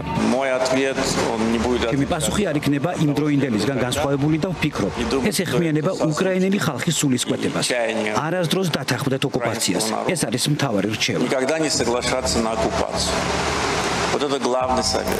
განაცხადი გაკეთებულია ბაქო რუსეთის მოკავშირე უკრაინის წინააღმდეგ აღარასოდეს იქნება. ბაქო მოსკოვის ურთიერთობა ვასალური აღარასოდეს იქნება. ბაქო გაიზარდა დიდი ბიჭია და დიდ თამაშს თამაშობს. ის უმცროსი ძმა არასოდეს იქნება. პრინციპი მოკავშირეა მართულია, ეს დამთავრებულია. შუშის გზავნილის ადრესატი მხოლოდ კიევი ან მოსკოვი არ ყოფილა. უპირველესად ალიევი ალბათ ჩვენ გულისხმობდა, შემდეგ მოლდაველებს და ბელორუსებს. მაგრამ ჩვენ სად ვართ ამ დროს? ჩვენ. ქართულმა საზოგადოებამ ვიცით სადაც ვართ, მაგრამ სად არის ივანიშვილის გრუზია? სად და მოსკოვში, რადგან ის მიზანმიმართულად წინასწარი გეგმით დაშორდა დასავლურ ცივილიზაციას. აღარ არის შეერთებული შტატების სტრატეგიული პარტნიორი. ყველაფერი გააკეთა იმისთვის, რომ რუსეთის საამებლოდ ევროკავშირის წევრობის კანდიდატის სტატუსი შეჩერებულიყო. სულ მალე კი დიდი ალბათობით უვიზოსაც დავკარგათ. ადრე ვთქვი და ახლაც გავიმეორებ. სულ მალე ვინმე გამოვარ გვარსარ დავასახელებ და იტყვის, რომ ტრამპის ადმინისტრაციამ ბაიდენიზაცია განიცადა. მე რა რომ ვინმე ტალიაშვილის ტრამპთან გადაღებულ ფოტოებს პროპაგანდა შიდა მოხმარებისთვის აფრიელებს. ივანიშვილის გრუზიამ უკვე ხმამაღლა თქვა, რომ გლობალური ომის პარტია ევროპასა და უკრაინის მილიტარიზაციას რუსეთის დასუსტებისთვის ახდენს. ოკუპანტის დასუსტებას დარდობენ ბიჭები. საქართველოს ეკონომიკა რუსეთს ოდის ჩამოკიდეს, აღარც მახსოვს და ასე შემდეგ. ის კი არ და დიდი ალბათობით რუსეთის მითითებით სომხეთს თხევადი გაზის ტრანსპორტირების პრობლემა შეუქმნით. ამასთან შესაძლოა ბევრი არაფერი, მაგრამ მხოლოდ რუსული და სომხური საინფორმაციო საშუალებებით ცნობილი გახდა, რომ მაგისტრალური გაზსადენის საგურამოს მონაკვეთზე გადაუდებელი საავარიო სააბილიტაციო სამუშაოების გამო სომხეთს გაზი არ მიეწოდებოდა. მიწოდება ინფორმაციის თანახმად მხოლოდ გუშინ საღამოს აღდგა. ეს ორი დღე კი სომხეთი ირანულ გაზზე გადაერთო. აბა იქნებ ისიც მოახერხოთ, რომ ენერგომატარებლების უსაფრთხო ტრანზიტი ვეღარ შეძლოთ და რეგიონში მაჩანჩალა ქვეყანას სატრანსპორტო ფუნქციას ჩამოართვათ. ანაკლის სპორტის პროექტის დაკონსერვება ხომ სხვა არაფერი იყო. ამასობაში რუსეთზე ჩამოკიდების გამო ყველა დიდი საერთაშორისო სატრანსპორტო პროექტებისგან მოწყვეტილი სომხეთი დიდ გლობალურ თამაში ერთვება. ყარაბაღის სიგიჟის დასრულების შემდეგ რუსეთთან ალიანსში მხილებული სომხური ეკლესიის გავლენების შესუსტების, პოლიტიკიდან ჩამოცილების, რუსული სახელმწიფო გადატრილების აღკვეთის შემდეგ ერევანს ახალი პერსპექტივები გაუჩნდა. არ გამიკურდება მალე ევროკავშირთან უვიზო თუ მოხვება. და რაც მთავარია, ზანგეზურის დერეფანი, რომელსაც ფაშინიანმა სოფლიოს გზაჯვარედინი უწოდა. ცალკე საკითხავია ალიევი ფაშინიანის აბუ-დაბის შეხვედრა, რომელიც ორ ქვეყანას შორის სამშვიდობო ხელშეკრულების გაფორმების გზაზე კიდევ ერთი წინ გადადგმული ნაბიჯია. ამის პარალელურად ერევანი მოსკოვის ეგრეთ წოდებულ ოდეკაბ-ზე ჩამოყალიბდა. ფაშინიანის თქმით, დიდი ალბათობით ერევანი ორგანიზაციიდან გამოვიდრე ამ ურთიერთობას გაყინავს. და იცით რა ქნა მოსკოვმა? პესკოვმა წყნარი ხმით განაცხადა, გადაწყვეტილება სომხეთის სუვერენული საქმეაო. ფრთხილობს მოსკოვი, ფრთხილობს, რადგან ახლა სომხეთში სასეცები შეუსუსტდა. ფაშინიანს ალიევი და ერდოღანი ართმევენ ხელს. აქაც მხოლოდ პროპაგანდას შეუძლია ყეფა. და ვინ თუ არა, ისევ მარგო სიმონიანი. Пашинян – это не просто предатель своего народа, это не просто предатель своей веры. Это действительно какой-то маленький кусок антихриста, явившийся перед нашими глазами. И если армянский народ, люди, которые остались в Армении, которые живут в Армении, его не снесут, а это единственный способ им сохраниться, они должны понимать, что народ никуда не денется. А вот с армянской государственностью, с государством Армения, людям, которые живут в Армении, придется распрощаться. И каждый из людей, голосовавших за Пашиняна, мои дети еще школу не закончат. Когда государство Армении останется в истории, мы будем читать о нем только в учебниках. Ბიჭო, 20-ის მოტფელი მარგოს ერევანში ჩასვლა მოინატრება. მას ზარზემით მინსკში, სოხუმში და ცხინვალში მიიღებენ. როგორც მიხვდით, ეს ისტერიული განცხადება მარგომ სოლოვევის იმავე გადაცემაში გააკეთა, სადაც გიმოს დეკანი რუსეთის სამმავლო უბედურებაზე და სამხრეთ კავკასიაში მარცხზე ღაღადებდა. ამ ღაღაჩი მან შუა აზიას ახსენა. შუა აზიის ყველაზე დიდი სახელმწიფო ყაზახეთია, რომელიც როგორც ბაქო და ერევანი ჯერ ოფიციალური მოსკოვის ღია სამიზნე არ არის, მაგრამ ბლოგერების და მეორეხარისხოვანი გამოცემების სამიზნე გახდა. კრემლი აქაც არისვენებს, მე რა რომ 9 მაისს ალიევისგან გასხვევით ტოკავი მოსკოვში ჩავიდა. კრემლში მასზე მაინც ეჭვიანობენ. ნაკლებად ცნობილმა ინტერნეტ გამოცემა Asia Today News-მა რამდენიმე დღის წინ უავტორო სტატია გამოაქვეყნა სათაურით. კასიმ ჟომართ ტოკაევი, ვინ არის ის რუსეთისთვის, მეგობარი, მტერი თუ ისე.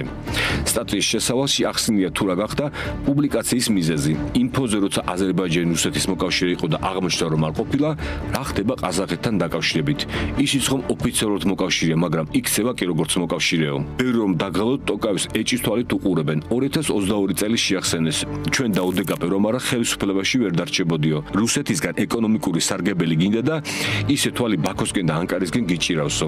ისაო ესაო და გაახსენეს. იმო დაამთავრეს SSRK-ს მიჩი დაფრთიანდიო.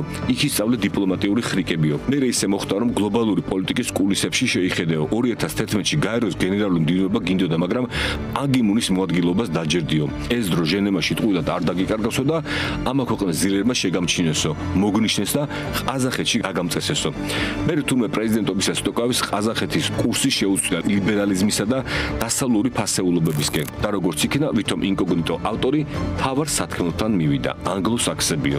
ანგლოსაქსები კრემლის და რუსი პროპაგანდისტების მათთან ერთად ქართულენოვანი რუსი ექსპერტების საყვარელი სიტყვა, როდესაც ისინი დასავლეთს ლანძღავენ. ისე კიმიკუს ამდენი ხანი კობახიძე პაპუაშვილის ლექსიკონში ეს ტერმინი რატომ არ გაჩნდა, მაგრამ მოვადრო და გაჩნდება. დაახლოებით ასე შემოდგომაზე. თუ რატომ შემოდგომაზე, ამაზე მოგვიანებით. ახლა კი ტოკაევი და ანგლოსაქსები. საქმე ის არის, რომ რუსული საბანკო სისტემიდან გათავისუფლებისთვის ყაზახეთში საერთაშორისო ფინანსური ცენტრი ასტანა შეიქმნა, სადაც ეგრეთ წოდებული ბრიტანულ-ინგლისური სამართალი მოქმედებს.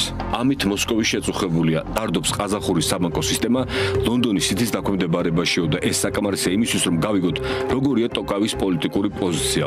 ამ კონტექსტში შეგვიძლია განვიხილოთ ასკონის ვითომ ავტორი ასტანის უარი ბრიქსში გაწევრიანებაზე და ეს ამბავი გვახსენებს ბაქოს პრინციპულ უარს იყოს ევრაზიული ეკონომიკური კავშირის და ოდკაბ-ის წევრიო. მოკლედ თვითონ ავტორმა დაადგინა, რომ ტოკავი ანგლოსაქსური სცენარით მოქმედებს, დამოუკიდებელ პოლიტიკურ გადაწყვეტილებებს არიღებს და მას არც მოსკოვი და არც პეკინი არ კარნახობენო.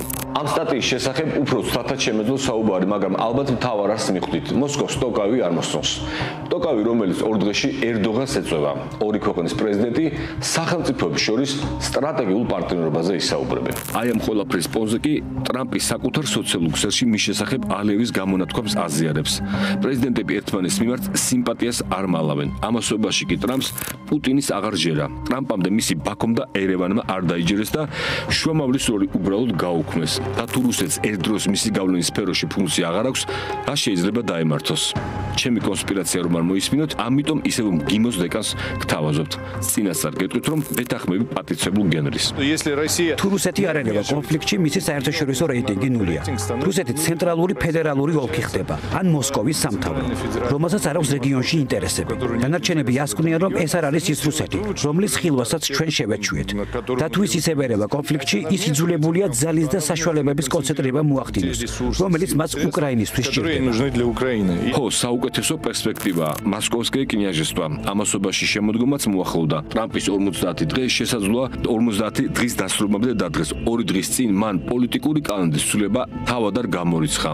დეკანმა გენრიმაც აღნიშნა სექტემბერ-ოქტომბრისთვის ზეწოლა გაიზრდებაო. გაიზრდება რუსეთისთვის, გაიზრდება მასზე მიმული საქართველოსთვის, უფრო ზუსტად კი ივანიშვილის გრუზიასთვის. და ბოლოს გლობალურ კონტექსტში სამხრეთ კავკასიას რომ მიუბრუნდეთ, აქ ახლა ჩვენთან სხვა ახალი რეალობაა. რეალობა, რომელსაც კრემლის ცნობილ ხაზთან ნოვი რეალი, ანუ მის მოგონილ შექმნილ რეალობასთან კავშირი აღარ აქვს. სამხრეთ კავკასია შორდება რუსეთს. ერევანს და ბაქოს ახლა ზურგიც აქვს და დიდი მეგობრებიც ყავს. სამხრეთ კავკასიური რეალობა ახლა ჩვენს გარეშეა, რადგან ჩვენ კი არა ივანიშვილმა, რომელიც ჯერ კიდევ ახერხებს რუსული მეთოდით რუსულად მართოს მიტაცებული, ყველა მეგობარი და მხარდაჭერი მოსკოვის მოგონილ გლობალურ ომის პარტიად გამოაცხადა. სულ ბოლოს კი ტრადიციულად ან ჩვენ, ან ის, თუ ის, მაშინ რკინის ფარდა და რუსეთის უკანალი.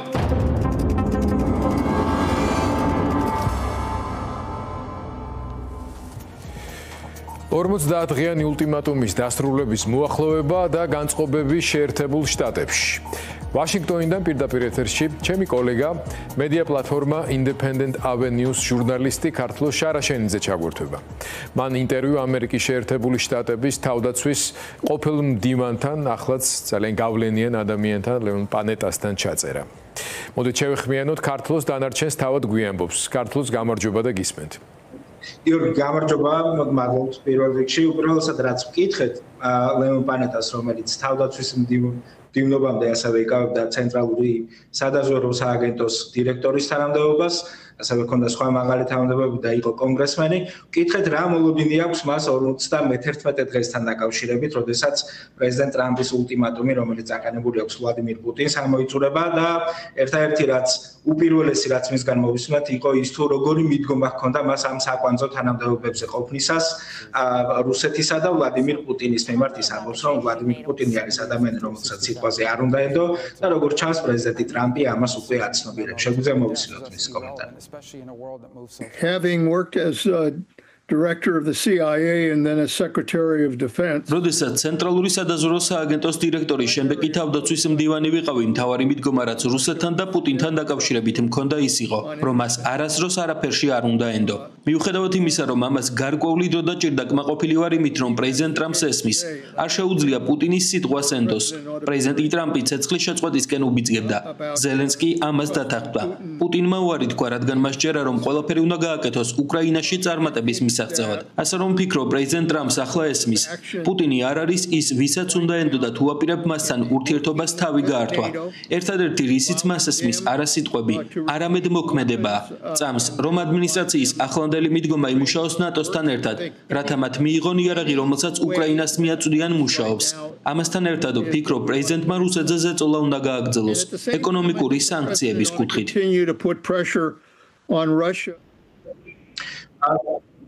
კიდევ ერთი რამ რაც მუდმივად გვესმის ანალიტიკური წრეების წარმომადგენლების ნაწილიდან არის ის, რომ პრეზიდენტ ტრამპის ადმინისტრაციის მიდგომა საგარეო პოლიტიკის მიმართ არის მეტად ტრანზაქციული, ვიდრე დაუშვათ სტრატეგიული, გეოსტრატეგიული მიდგომები და ეს პრინციპში ისიც არის, რაც ასევე გვესმის თეთრი სახლიდანაც სპიკერი ყოველთვის მოიხსენიებს პრეზიდენტს როგორც შეთანხმებების გარიგებების ოსტატს და თუმცა ამასთან დაკავშირებით ლეონ პანეტას აქვს თავის მოსაზრება ბუნებრივია და ის ამბობს, რომ პრეზიდენტი ტრამპი ასევე აცნობიერებს იმას, რომ შეერთებულ შტატებს არ შეუძლია განზე გადგეს დანარჩენი მსოფლიოსგან, განზე გადგეს თავისი ალიანსებისგან და როდესაც ადმინისტრაციას მოუწია მიეღო შესაბამის გადაწყვეტილება, როგორც მაგალითად იყო ირანის შემთხვევაში, ახლო აღმოსავლეთში მიმდინარე კონფლიქტში ადმინისტრაციამ გადაწყვეტა, რომ იმოქმედა და შესაბამისი ნაბიჯი გადადგა. შეგვიძლია მოვისმინოთ მისი კომენტარი. I think that happens every ყოველთვის როცა ამ ქვეყანაში ადმინისტრაციები იცვლება და ახალი ადმინისტრაცია მოდის, მათ უწევთ სამყაროს შეხედონ პოლიტიკას, სხვადასხვა საკითხის მიმართ და გადაწყვიტონ, რა იქნება მათი პოზიცია. ვფიქრობ, პრეზიდენტმა ტრამპმა სწორედ ეს გაიარა. ვფიქრობ, თავდაპირველად იფიქრა, რომ როგორღაც შეერთებული შტატები შეძლებდა დანარჩენი მსოფლიოსგან გასვლას, რომ ჩვენ შეგვეძლოთ ჩვენი ალიანსებიდან გამოსულიყავით და უბრალოდ ჩვენს ქვეყანაზე გვეზრუნა. მაგრამ ვფიქრობ, მან აღმოაჩინა, რომ ეს ასე არ არის. ამის გაკეთება შეუძლებელია. შეერთებულ შტატებს უბრალოდ არ შეუძლია დანარჩენი მსოფლიოსგან განზე გადგომა და ჩვენ ეს ახლო აღმოსავლეთში ვნახეთ. თავდაპირველად ვაშინგტონს არ სურდა ახლო აღმოსავლეთში ომში ჩართვა, მაგრამ ირანის ქმედებების მისი მუქარის ვირტუალურად გადაგწევის მცდელობების გამო ცხადი გახდა, რომ შეერთებულ შტატებს უნდა ემოქმედა და ჩვენც ვიმოქმედეთ. ვფიქრობ, პრეზიდენტ ტრამპს ახლა ესმის, რომ სამყარო ისეთი არ არის, როგორიც ჩვენ გვსურს რომ იყოს. სამყარო ისეთია, როგორიც არის. ეს საშიში სამყაროა, საშიშია რუსეთის, ჩინეთის, ირანის, ჩრდილოეთ კორეის გამო. სწორედ იმის გამო, რომ ჩვენ სახიფათო სამყაროში ვცხოვრობთ, შეერთებულ შტატებს მსოფლიო ლიდერის როლის შესრულება მოუწევს. ჩვენ ძლიერები უნდა ვიყოთ, რათა ვუზრუნველყოთ ჩვენი ღირებულებებისა და შეხედულებების დაცვა, მათგან ვინც შეეცდება დემოკრატიების განადგურებას. რაც შეეხება უკრაინას თან მიმართებით პრეზიდენტ ტრამპის ბოლოდროინდელ განცხადებებს და პოლიტიკას, ლეონ პანეტა მიიჩნევს, რომ შემოთავაზებული ფორმულა, რომლის მიხედვითაც ნატოს წევრი სახელმწიფოები გასცემენ თავიანთ იარაღს, მისცემენ გადასცემენ უკრაინას, შემდეგ კი ამ მარაგებს შეივსებენ შეერთებული შტატებისგან. პანეტა ფიქრობს, რომ ეს მუშაობს, დროულია და მნიშვნელოვან შეფერხებებს არ ელოდება. ქართლოს სხვა შორის ტრამპი ახლა ევროპაშია, შოტლანდიაში მოგეხსენება, მას ჰქონდა საინტერესო შეხვედრა ევროკავშირის ხელმძღვანელობასთანაც და იქიდანაც ელოდება მსოფლიო გარკვეულ განცხადებებს, რომელიც ხადია მათ შორის უკრაინასთან მიმართებაშიც პოზიციების კიდევ უფრო მეტად მკაფიო წარმოაჩენს, მაგრამ ჩვენი ამბავი საქართველოსი უფრო მაინტერესებს ამ შემთხვევაში. სულ რამდენიმე წუთის წინ ვაშინგტონში თქვენმა კოლეგამ, რომელიც სახელმწიფო დეპარტამენტში აკრედიტირებული და საქართველოსთან მიმართებაში ავრცელებს ხოლმე ახალ ამბებს, ალექს რაუფოღლუმ დაწერა, რომ მას ჰქონდა კონტაქტი იმ სამ სენატორთან, რომელმაც დაჩქარებული წესით მეგობარი აქტის მიღების პროცედურას ხელი არ შეუწყო. ჩვენ ვიცით, რომ ის კენჭისყრას ჩვეულებრივად დადგება სხვა შემთხვევაში და უბრალოდ უმრავლესობით მიღებული იქნება, მაგრამ რა არის სიახლე აქ? ალექს რაუფოღლი ამბობს, რომ მას ჰქონდა კონტაქტი ამ სენატორებთან და ის წერს, რომ ისინი აღმოჩნდნენ შეცდომაში შეყვანილები ქართული ოცნების მიერ დაქირავებული ლობი ლობისტური კომპანიის მიერ, რომლებმაც მიაწოდეს ინფორმაცია, რომ ამ შემთხვევაში ქართული ოცნებისა და სახელმწიფო წრეების წარმომადგენლების სანქცირების პერსპექტივაზე კი არ იყო საუბარი, არამედ თითქოს მთელი ნაცია, მთელი ერი დასანქცირდებოდაო და ამიტომაც ჰქონდათ მათ ასეთი პოზიციები. შენთვის ხო არ არის რაიმე ცნობილი ამის თაობაზე? არა, ჩემთვის ეს დეტალები ცნობილი არ არის, რაც ვიცით ამ მეგობარი აქტთან დაკავშირებით არის ეს არის ძალიან მნიშვნელოვანი. არსებობს ორპარტიული მხარდაჭერა, წარმომადგენელთა პალატიდან ეს კანონპროექტი გავიდა მნიშვნელოვანი ორპარტიული მხარდაჭერით და ველოდებით მოვლენების განვითარებას. ძალიან დიდი მადლობა ქართლოს ჩვენს კოლეგებს, დამშვიდობები მათ, ჩვენ უკვე ძალიან აქტიურად თანამშრომლობთ და ისინი ძალიან მნიშვნელოვან ვაკუუმს ავსებენ, რომელიც ქართველი ჟურნალისტების საქმიანობის მეშვეობით ვაშინგტონში არსებული განწყობების ქართული საზოგადოებისათვის მოწოდებას უკავშირდებოდა.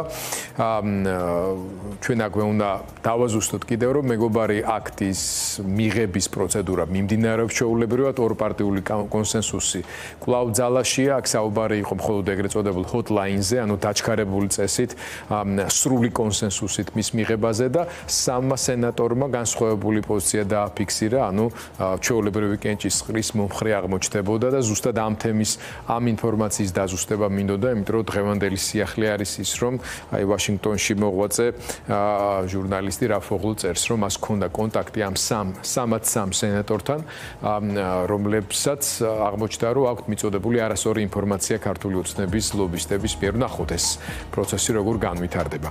დროება დასასრულს მივახლოვდა, ჩვენ რამდენიმე წუთში უკვე კვირის ფორმულას ფორმატში შევხვდებით ერთმანეთს. შემდეგ უკვე გელით თავგადასავალი კვირის ფორმულას ფორმატში სალაპარაკო ბევრი გვაქვს და ჩვენი სტუმრები იქნებიან თამთა მიქელაძე და შემდეგ სერგი კაპანაძე. რაც შეეხება თავგადასავალს, თამრიკო ჭოხონელიძე იქნება თავგადასავალი სტუმარი. ახლა კი სანამ დროებაში დაგემშვიდობებით, გუშინ მოგეხსენებათ, რომ გიორგი სანაიას მკვლელობის დღე იყო.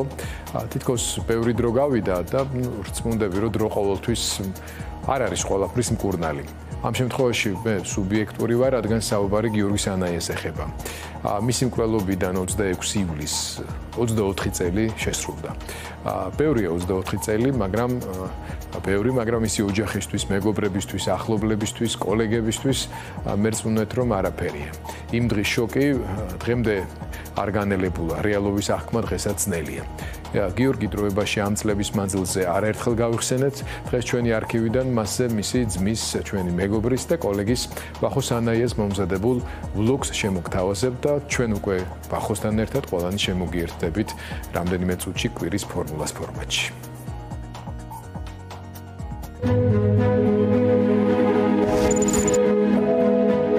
გიორგიზე საუბრის დროს ცხადია სუბიექტური ვიქნებოდი. რადგან თხოვეს რომ ამ თემაზე ბლოგი მომემზადებინა, ამიტომ ამ სუბიექტივიზმს და მის შესამცირებლად იმ პოლიტიკურ მოვლენებზე ვილაპარაკებ, რომელთან ერთადაც ის გაიზარდა. ჟურნალისტად იყო დაბადებული, ჩემში ახლა უფრო მეტად იწვევს გაკვირვებას მისი ხანმოკლე ცხოვრების განმავლობაში, როგორ ხვდებოდა საკვანძო საკითხების მნიშვნელობას. პირველი სტატია ჯერ კიდევ სკოლის მოსწავლემ დაწერა ქართველ ქალებზე. ამ ქვეყნის წარსულზე. სადაც ყავს უამრავი კაცი გმირი და სამართლიანად ყავს, მან აირჩია თემად ქალები. ამ სტატიაში ის ამბობდა, რომ საქართველო დგას ქალებზე, რომ ქალების როლი არის განუზომელი საქართველოს გადარჩენაში, საქართველოს ისტორიაში. ეს სტატია გამოქვეყნდა ჯერ კიდევ საბჭოთა პერიოდში. მოსწავლე იყო. როდესაც მოგვიანებით ვიაზრებდი ამ წერილს, მივხვდი, რომ მართალი იყო. მახსენდებოდა 90-იანი წლები, როცა ქალებმა კიდევ ერთხელ იხსნეს ეს ქვეყანა და ეს ახლაც ასეა, ახლაც ხდება.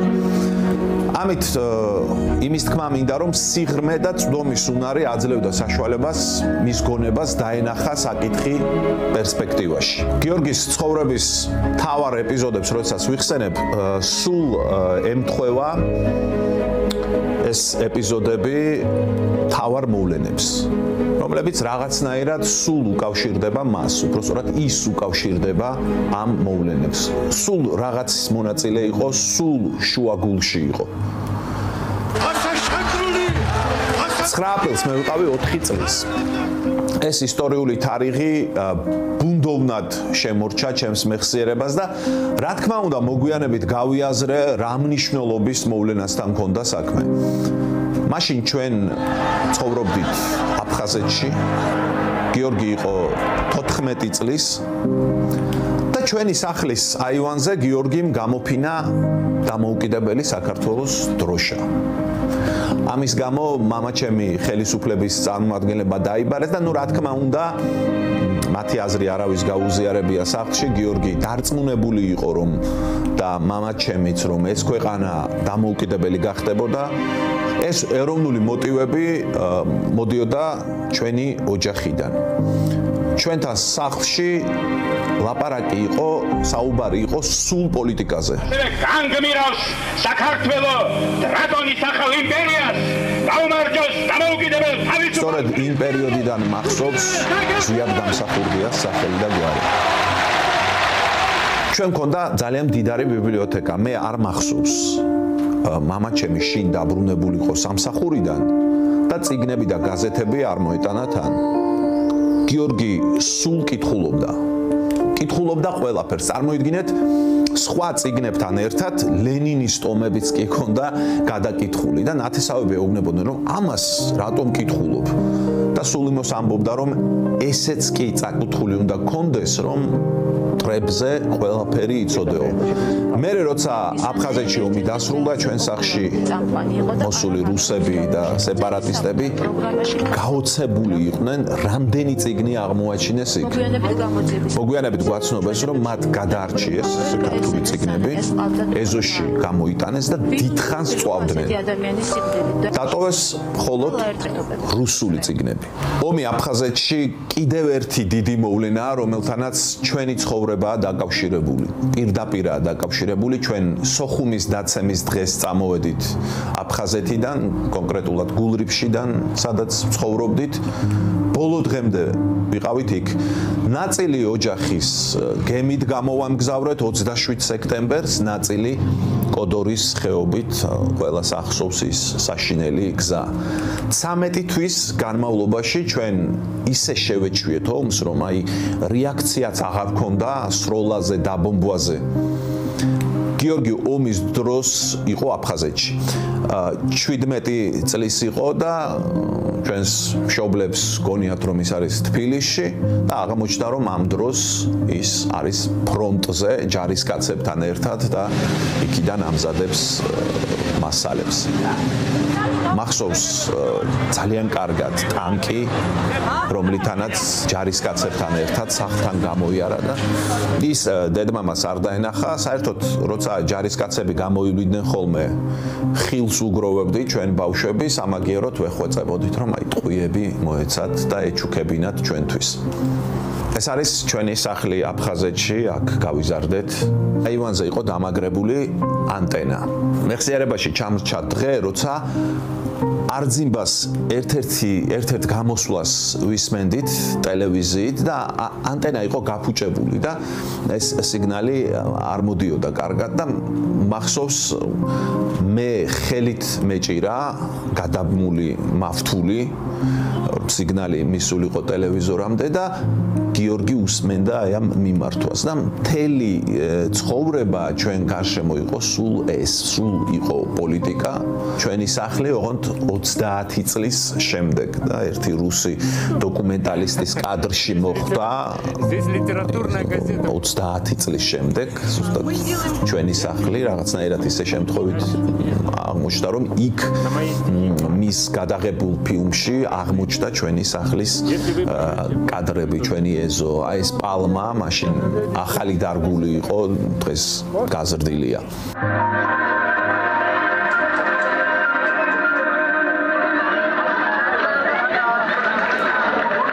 17 წლიდან მუშაობდა თბილისში. ყველაფერს თავისით მიაღწია, მას არ უყვარდა საერთოდ საკუთარ თავზე საუბარი. ბევრმა არ იცის რა ცხოვრება გამოიარა, ბევრმა მის გარშემო არ იცოდა ეს. ძალიან რთულია საერთოდ ომის, უბედურების, გაჭირვების დროს თავად გაიკვლიო გზა.